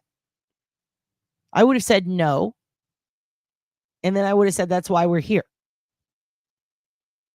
Because we could be that case. You fuck. Case that we should look at for you. You do have one example, which is the McCallum case, which follows a Supreme Court case and allows the jurors to disclose their deliberations regarding ethnicity and racial bias. Again, that's extraneous influence. It's different. It's internal. I think it's closer to the core of 606B. No federal case we can turn to, for example. Nor has the Yannetti is prosecutor come stressing. up with any case. Yannetti's stressing because he's probably thinking of the perfect case right now. For you. You do have one example, which is the McCallum case, which follows a Supreme Court case and allows the jurors to disclose their deliberations regarding ethnicity and racial bias. Again, that's extraneous influence. It's different. It's internal. I think it's closer to the core of 606B. No federal case. Yeah, but they're arguing a federal law. They're arguing Constitution, so it's federal. For example. Nor has the. And I would assume that they're likely going to make it, now that they're going to appeal it, that's going to be their pathway to the Supreme Court, which could then very much make it a precedent. And then in your face, judges. What's up, Satan? Hey, speaking of Satan, check this out. The prosecutor come up with any case to the contrary. This showing by this jury, it's not going to open the floodgates for post-voir dire. Well, actually, that was my question. What's the limiting principle here? It sounds like if ever a juror comes back to the defendant and says, hey, that's not really what happened, then we open it up. This would not be a case where a juror has second thoughts, is reconsidering, didn't think he or she was listened to in the jury room. These are representations by 4 jurors that were unequivocal, unconditional. They said we reached a final verdict of not guilty. And So the jurors submitted affidavits? The jurors would submit affidavits. If we asked the judge, if you're not going to accept the lawyers' affidavits, please authorize the lawyers to go back to the jurors. But we didn't want to walk near the boundaries of 606B. The judge accepted the truth of the lawyers' affidavits as a substitute for the jurors' affidavits. But again, let us voir dire the jurors. The judge has the power to make a decision. Was there a unanimous verdict of not guilty? But our review is an abuse of discretion. Why was it an abuse of discretion for her to deny you that ability? Because the Stewart case says the deferential appellate review depends on whether or not there's proof of compliance with the principles set forth in Stewart, meaning did the judge carefully consider all the options? Did the judge give the defense a full opportunity? These were mandates. So did the judge consider all the options? They're probably going to argue yes, especially after the response from earlier, right?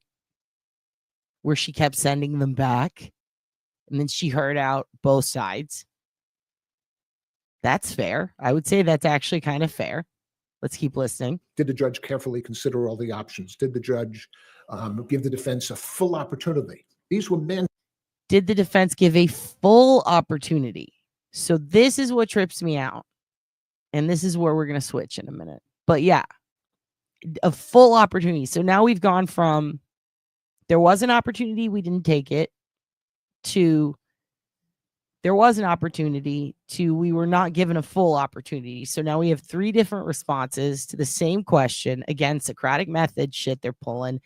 The guy over here on the right is absolutely still rock hard. And he does look like Martin Shkreli, and it is upsetting. Yannetti has retreated into his happy place. In his head, he is the guy in happiness checking off his grocery list. Jackson is crossing his legs and trying really fucking hard not to have an outburst like Joe Pesci. Mandates, not discretions. They're conditioned precedents to the declaration of manifest necessity. It simply wasn't followed in this case. It wasn't followed the basic rules. It's Floyd P., which is when a jury gives a note, you share it with counsel, you listen to counsel, you get their views. We don't know whether counsel would have advised the judge about 27B or would have asked the judge to ask the jury whether... Counsel, can I go backwards on that? Sure. Because part of I don't know what part of this goes into the calculus. He sounds so much like, what's his name? The fucking space guy. God damn it. God damn it. The guy that's all into the planets and fucking Earth and physics. Fuck. Hold on, I have to look it up. But you have 2 extremely experienced trial lawyers. No one in that room would ever think. What's his name? Cosmos guy? Fuck. Somebody knows. He sounds just like him. Carl fuck? Wait, deGrasse. No, not Neil deGrasse Tyson. What's his fucking name? Is it Neil deGrasse Tyson? He sounds just like him. Not Carl Sagan. No, it's Neil deGrasse Tyson. That's him, right? Yeah, it sounds just like him. You ever do that? It doesn't sound like Carl Sagan. Do you ever do that, though? You close your eyes and you hear somebody and you're like, oh, shit, this sounds like so-and-so. Kind of like how Legend Larry sounds just like the guy from Eastbound and Down. Damn. He sounds just like Neil. Think potentially a mistrial may be declared after Tui Rodriguez is given. There isn't any lawyer that's worth their salt that wouldn't think they might get a mistrial on this.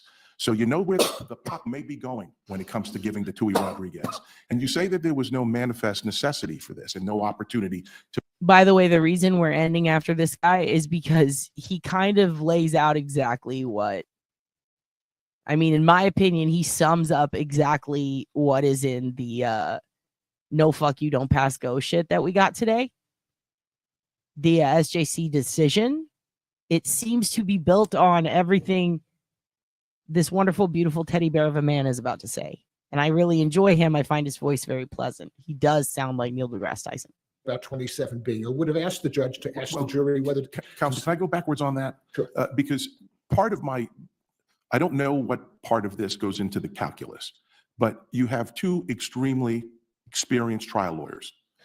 No one in that room would ever think potentially a mistrial may be declared after Tui Rodriguez is given. There isn't any lawyer that's worth their salt that wouldn't think they might get a mistrial on this. So you know where the puck may be going when it comes to giving to Tui Rodriguez. And you say that there was no manifest necessity for this and no opportunity to be heard. How do we factor in that you've got to know that that's going to be on the table? Is that a mistrial? And what obligation is there on counsel to say, hey, before you declare a mistrial, let's talk about alternatives to that? Let me address that. Judge comes in, deviates from her prior practice where she gave counsel a full opportunity, announces to the defense lawyer, there's an impasse, bring the jury in.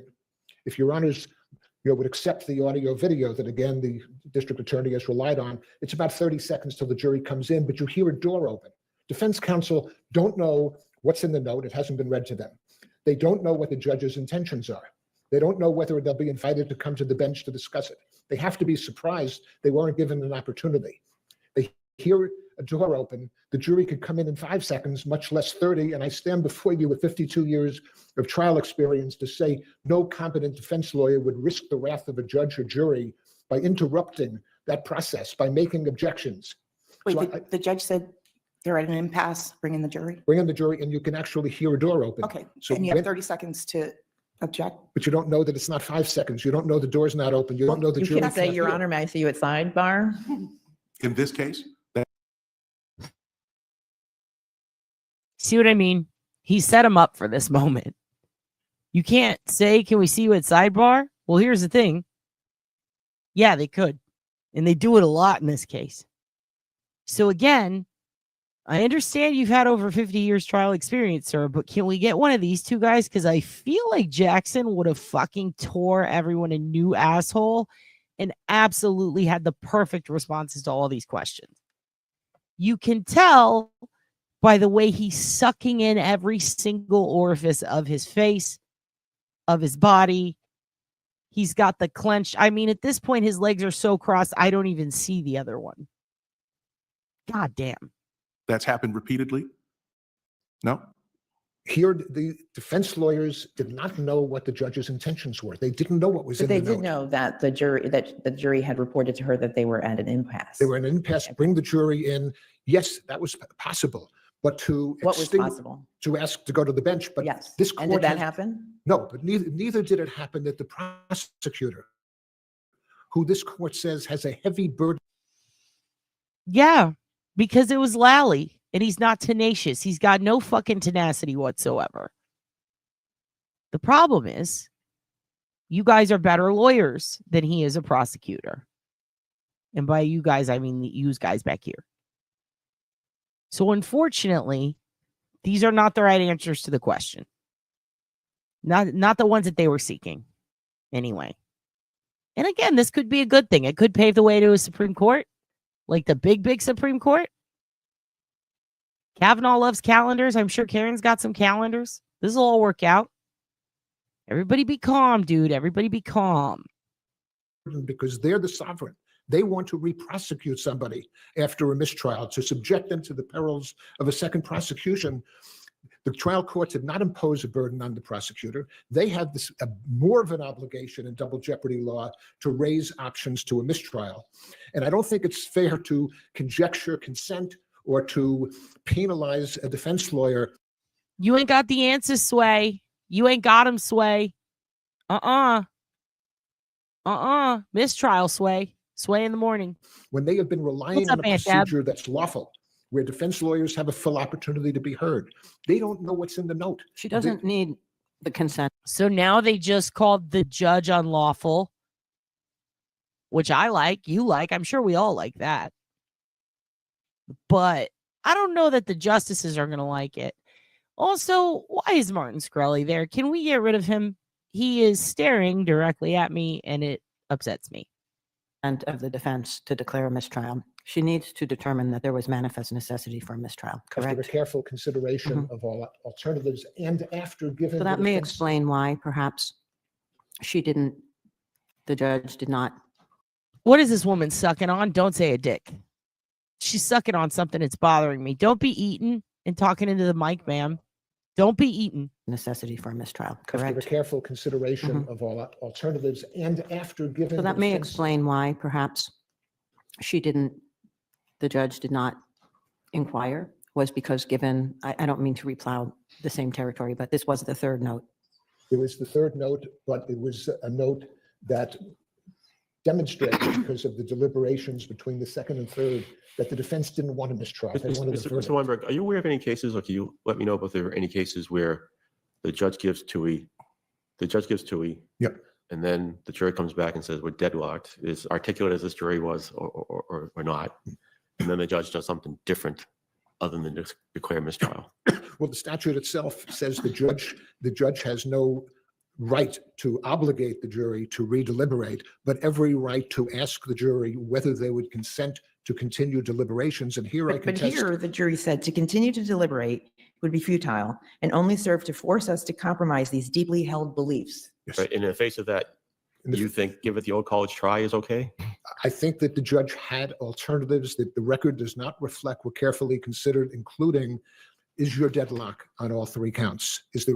Would you consent to deliberate on any count that you've not reached an irrevocable deadlock? Questions like that are not coercive. Questions like that would have actually given the illumination post July 1, and I'm not arguing that that provides proof as to what the process was. In the statute, again, is a may, correct? The statute says 27B says a court may make that request, but the Stewart and Taylor rule didn't require careful consideration. That at minimum was an option not considered. The careful consideration is basically all that has gone on as far as the length of deliberations, a number of notes, et cetera, and what the notes say. That's part of the calculus, correct?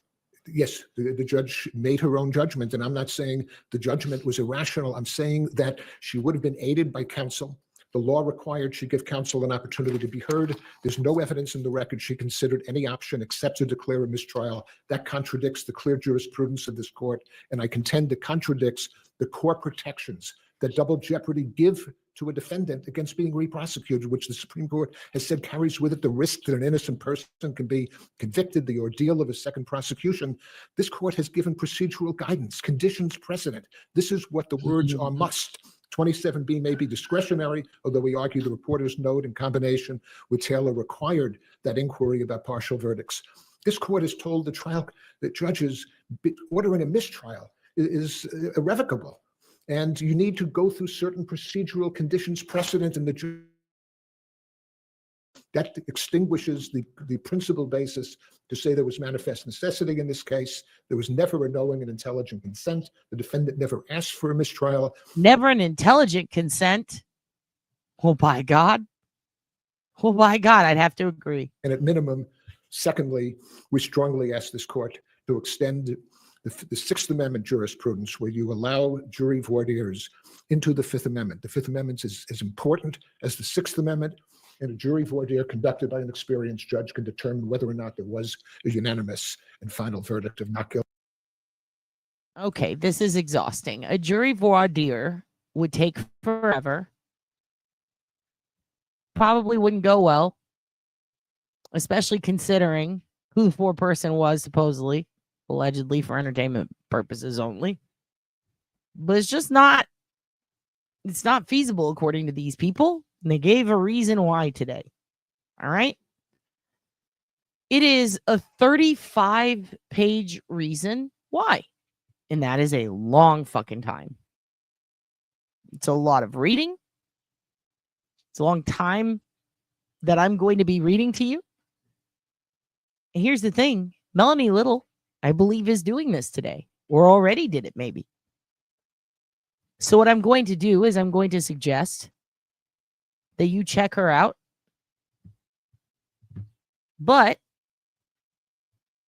what I'm going to show you is the end. I'm going to show you the end so that you can see overall what the decision was and why it was made. Give me 1 second here.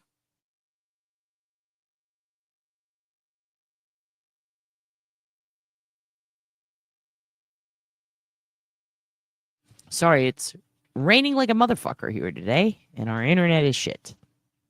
So what I'm going to do is I'm going to show you the important shit, and I'm going to suggest highly, not because I'm high, but because I suggest it a lot, that you go check out Melanie's fucking reading of this.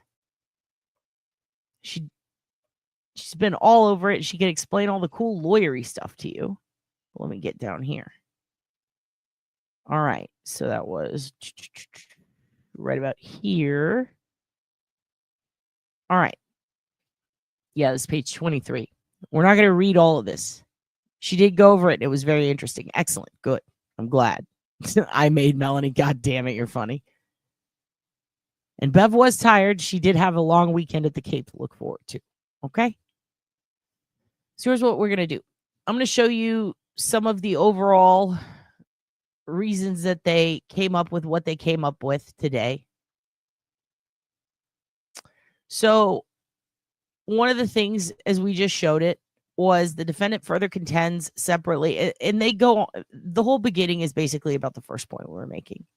All right. About the, we didn't get the answer we liked. End of story. There's no need to read 20 pages on that. If you want fine-tuned specifics, go to Melanie. She's got them, and they're great.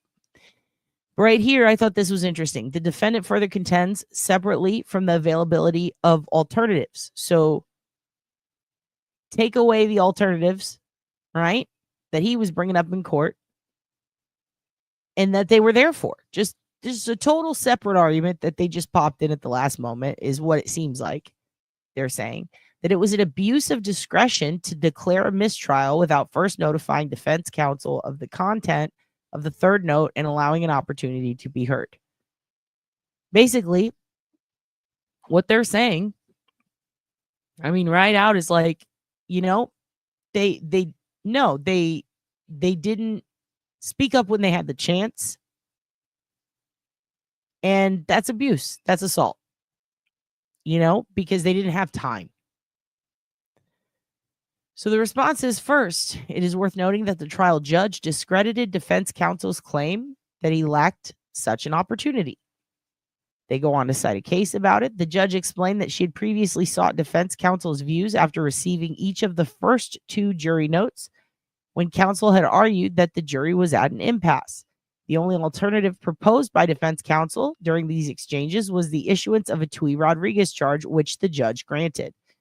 Remember earlier when we were talking about how they basically pulled Hawk Tui Rodriguez out, and the prosecution was like, no.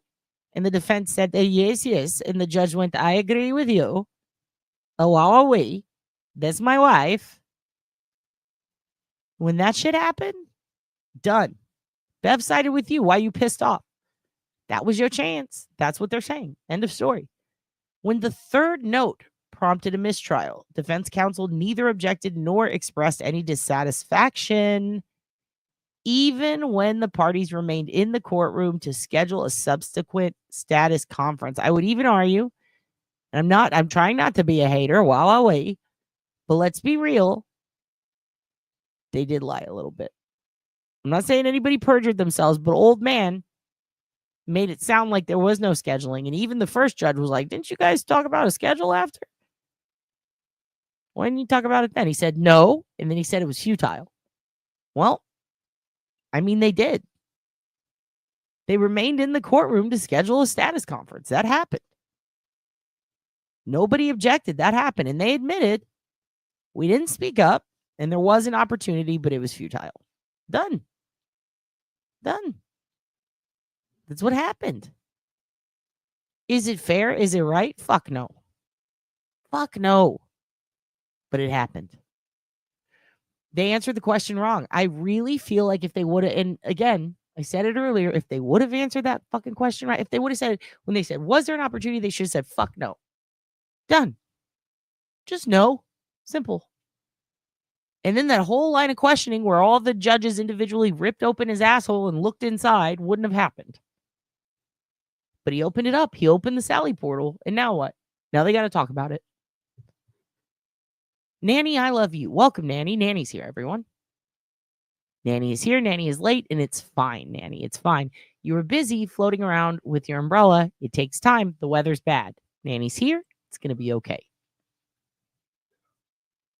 It's going to be fine.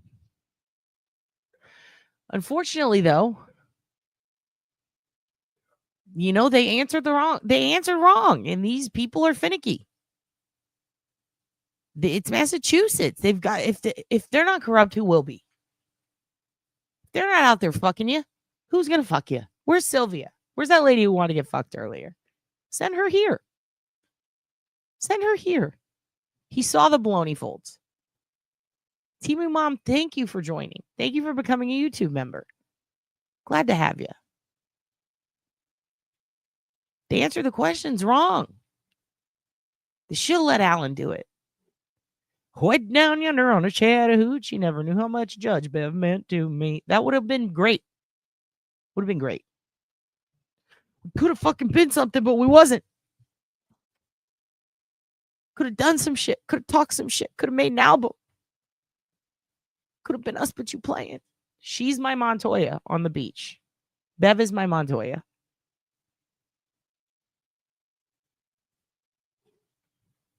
Let's read the end of it. It's not, see, that's the thing. That's the thing. Look, I agree with you, but they're not. The foreman isn't the foreman isn't the lawyer, right? I do agree. The foreman's a fuck stick. He's a piece of shit. He should have even been on there because of the cop link or whatever. Whoever the foreman is, fuck him. It's not up to the foreman to speak up and know the law as if he were a lawyer, right? It's up to the lawyers. So the lawyers should have answered the question right, and they should have spoke up when they had the opportunity. And if they didn't have the opportunity, then that could have been some shit that they brought up when they were scheduling, but they didn't. And I get why, because Bev is on her fucking period. She's on her fucking period with the cranberry juice and everything. What do you do when a bitch is on a period? You fucking leave her alone. Unfortunately, they were supposed to get very important information from her on heavy flow day, and they didn't. They were supposed to present an issue with her on heavy flow day, and they didn't. And that sucks. And we all saw it. It would have been bad timing, and it wouldn't have gone well. But they were supposed to exhaust that outlet, apparently. And that sucks. But it could all work out in the end. And we could all learn a valuable lesson about friendship. If this goes to the Supreme Court, which is like the regular Supreme Court, but they add sour cream and guacamole without you having to pay for it. So that's great. Again, you can see this full reading on Melanie's page, but I want to read this one part. In any event, there is no indication that inviting defense counsel to participate in a third round of consultation would have produced any fruitful alternatives. Again, this whole, we didn't think it would work out, so we just didn't do it. It doesn't go well. Doesn't go well with them. Love getting your outlet exhausted. Agree. Nacho's Supreme Court. He went come. I don't even know what that means, but I love it. Furthermore, nothing suggested, and this is another big thing, nothing suggested that the deadlock was limited to a specific charge. On the contrary, the notes contained no inkling of agreement, and the third note implied that the jury were deadlocked on all charges. So this is an inconsistency among the notes. Not the lawyer's problem. That bothers me. I don't know. First of all, the jury notes were confusing. And if you read through this, you'll see that they didn't really consider that. And that's where I think Karen got fucked. In this case, it is undisputed that the jury did not announce a final verdict of it on any charge. Although the defendant has submitted affidavits claiming the jurors reached an agreement on all counts 1 and 3 during deliberations, the only statements made in open court reflected the jury's inability to reach a unanimous verdict. Notice how they said in open court, because the gossip outside of the courtroom and what the jury thinks when they're gossiping with their friends or talking to their friends does not matter. It does not matter. The jury foreman can say, I like the tits on the judge, and that is not going to matter at all. When he's out, when this shit's done, he could talk about Bev tits all fucking day. If he would have talked about Bev tits during the trial or Karen tits during the trial, would have gotten in trouble. Now that the trial's over, he could say shit like that. It's fucked up. It's fucked up. But how do you prove that someone didn't just become an asshole the day after trial? That's what sucks. That's what sucks. It's unfortunate. Any lack of formality, that argument is hilarious. There's nothing formal about a courtroom that has shitty Wi-Fi and no fucking AC in the summer. Nothing formal about that. You can't even wear your Sunday's best without sweating through your hose. And I mean that in 2 ways. All right. I think that we're going to wrap it up because I do have to go soon. I would like to come back maybe a little later and play for you some of the rest of the phone calls from you guys, because we did get more, and I've seen the transcripts of some of them, which is all I can see. I haven't listened to them.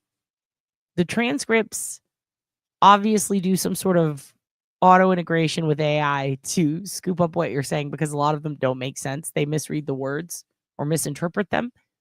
And they're very funny. You need to leave a voicemail? Let me pull up the number. Let me pull up the number for you. Okay? Let me pop this up here. Let me pop an H on this box so you know that there's B's in it. I'm going to put the number up. If you guys want to call in to the OBology line, you can say anything. It doesn't have to be an apology. Just anything. Keep it anonymous. Don't say shit. Don't say your name. You can say whatever you want on there. Okay? Let me put this in here. I'm going to go ahead and add banner. That's a number. You can call. You can leave a voicemail. If you're a scared little puta, you can fucking download a vocoder. You can leave a message. What I'm going to do is on the next episode, I'm going to play them through. So keep them anonymous. Don't say your name. Then we'll all get to hear them. That'll be very fun. Very, very fun. Did you guys like the one last night? That was fun. I'm not going to guess who you are. I will not announce who I think you are anymore. I apologize. That was a test run. We'll keep this going for a while. I think it's fun. I enjoy it. You can call in. You can leave a voicemail. No one's going to know it's you. I'm not going to give out your phone number.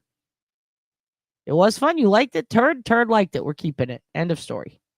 So much fun. Reggie liked it. Good. Petty Paralegal's laughing. Good. Excellent. We'll keep doing it. We'll figure out a new name. We'll have fun with it. It'll be great. We'll make it our own. It is pouring down rain. It is so cold. Hugin is so scared. All right, so we're going to do that. We'll keep that going. Also, in case you missed it, if you weren't here at the beginning, we're doing a print sale at the old SnoopyDupa.square.site. You could get a freebie secret print. You could win the 8x10 of Hugin's Christmas card if you ordered today. And I did discount everything because I got a ton of inventory I got to get rid of. Okay, I'll even throw in like 5 extras on all of them. I just need to get rid of this shit. So feel free to hit that up. And if you want to call the OBology line at 737-239-9112, that is 737-239-9112. It will direct you to voicemail and you will hear a beep. I would eventually like to get something like this set up. I've got a few that I downloaded that we can make the outgoing message. We've got different accents, different scripts. Here are two of the ones. You have reached the Giardia hotline. Okay. Please leave your symptoms after the beep, and a nurse will reach out to you soon to talk about your options and whether your credit can even handle it. Get a haircut. You're a mother. Perfect. You have reached the Giardia hotline. Please leave your symptoms after the beep and a nurse will reach out to you soon to talk about your options and whether your credit can even handle it. Get a haircut. You're a mother. It's great, right? Something like that. Something like that. You got to go? All right. I got to go. Love you guys to death. Don't forget, we got prints going all day. All right. You can call the OBology line. Get a haircut. I love you to death. Free Karen. All right.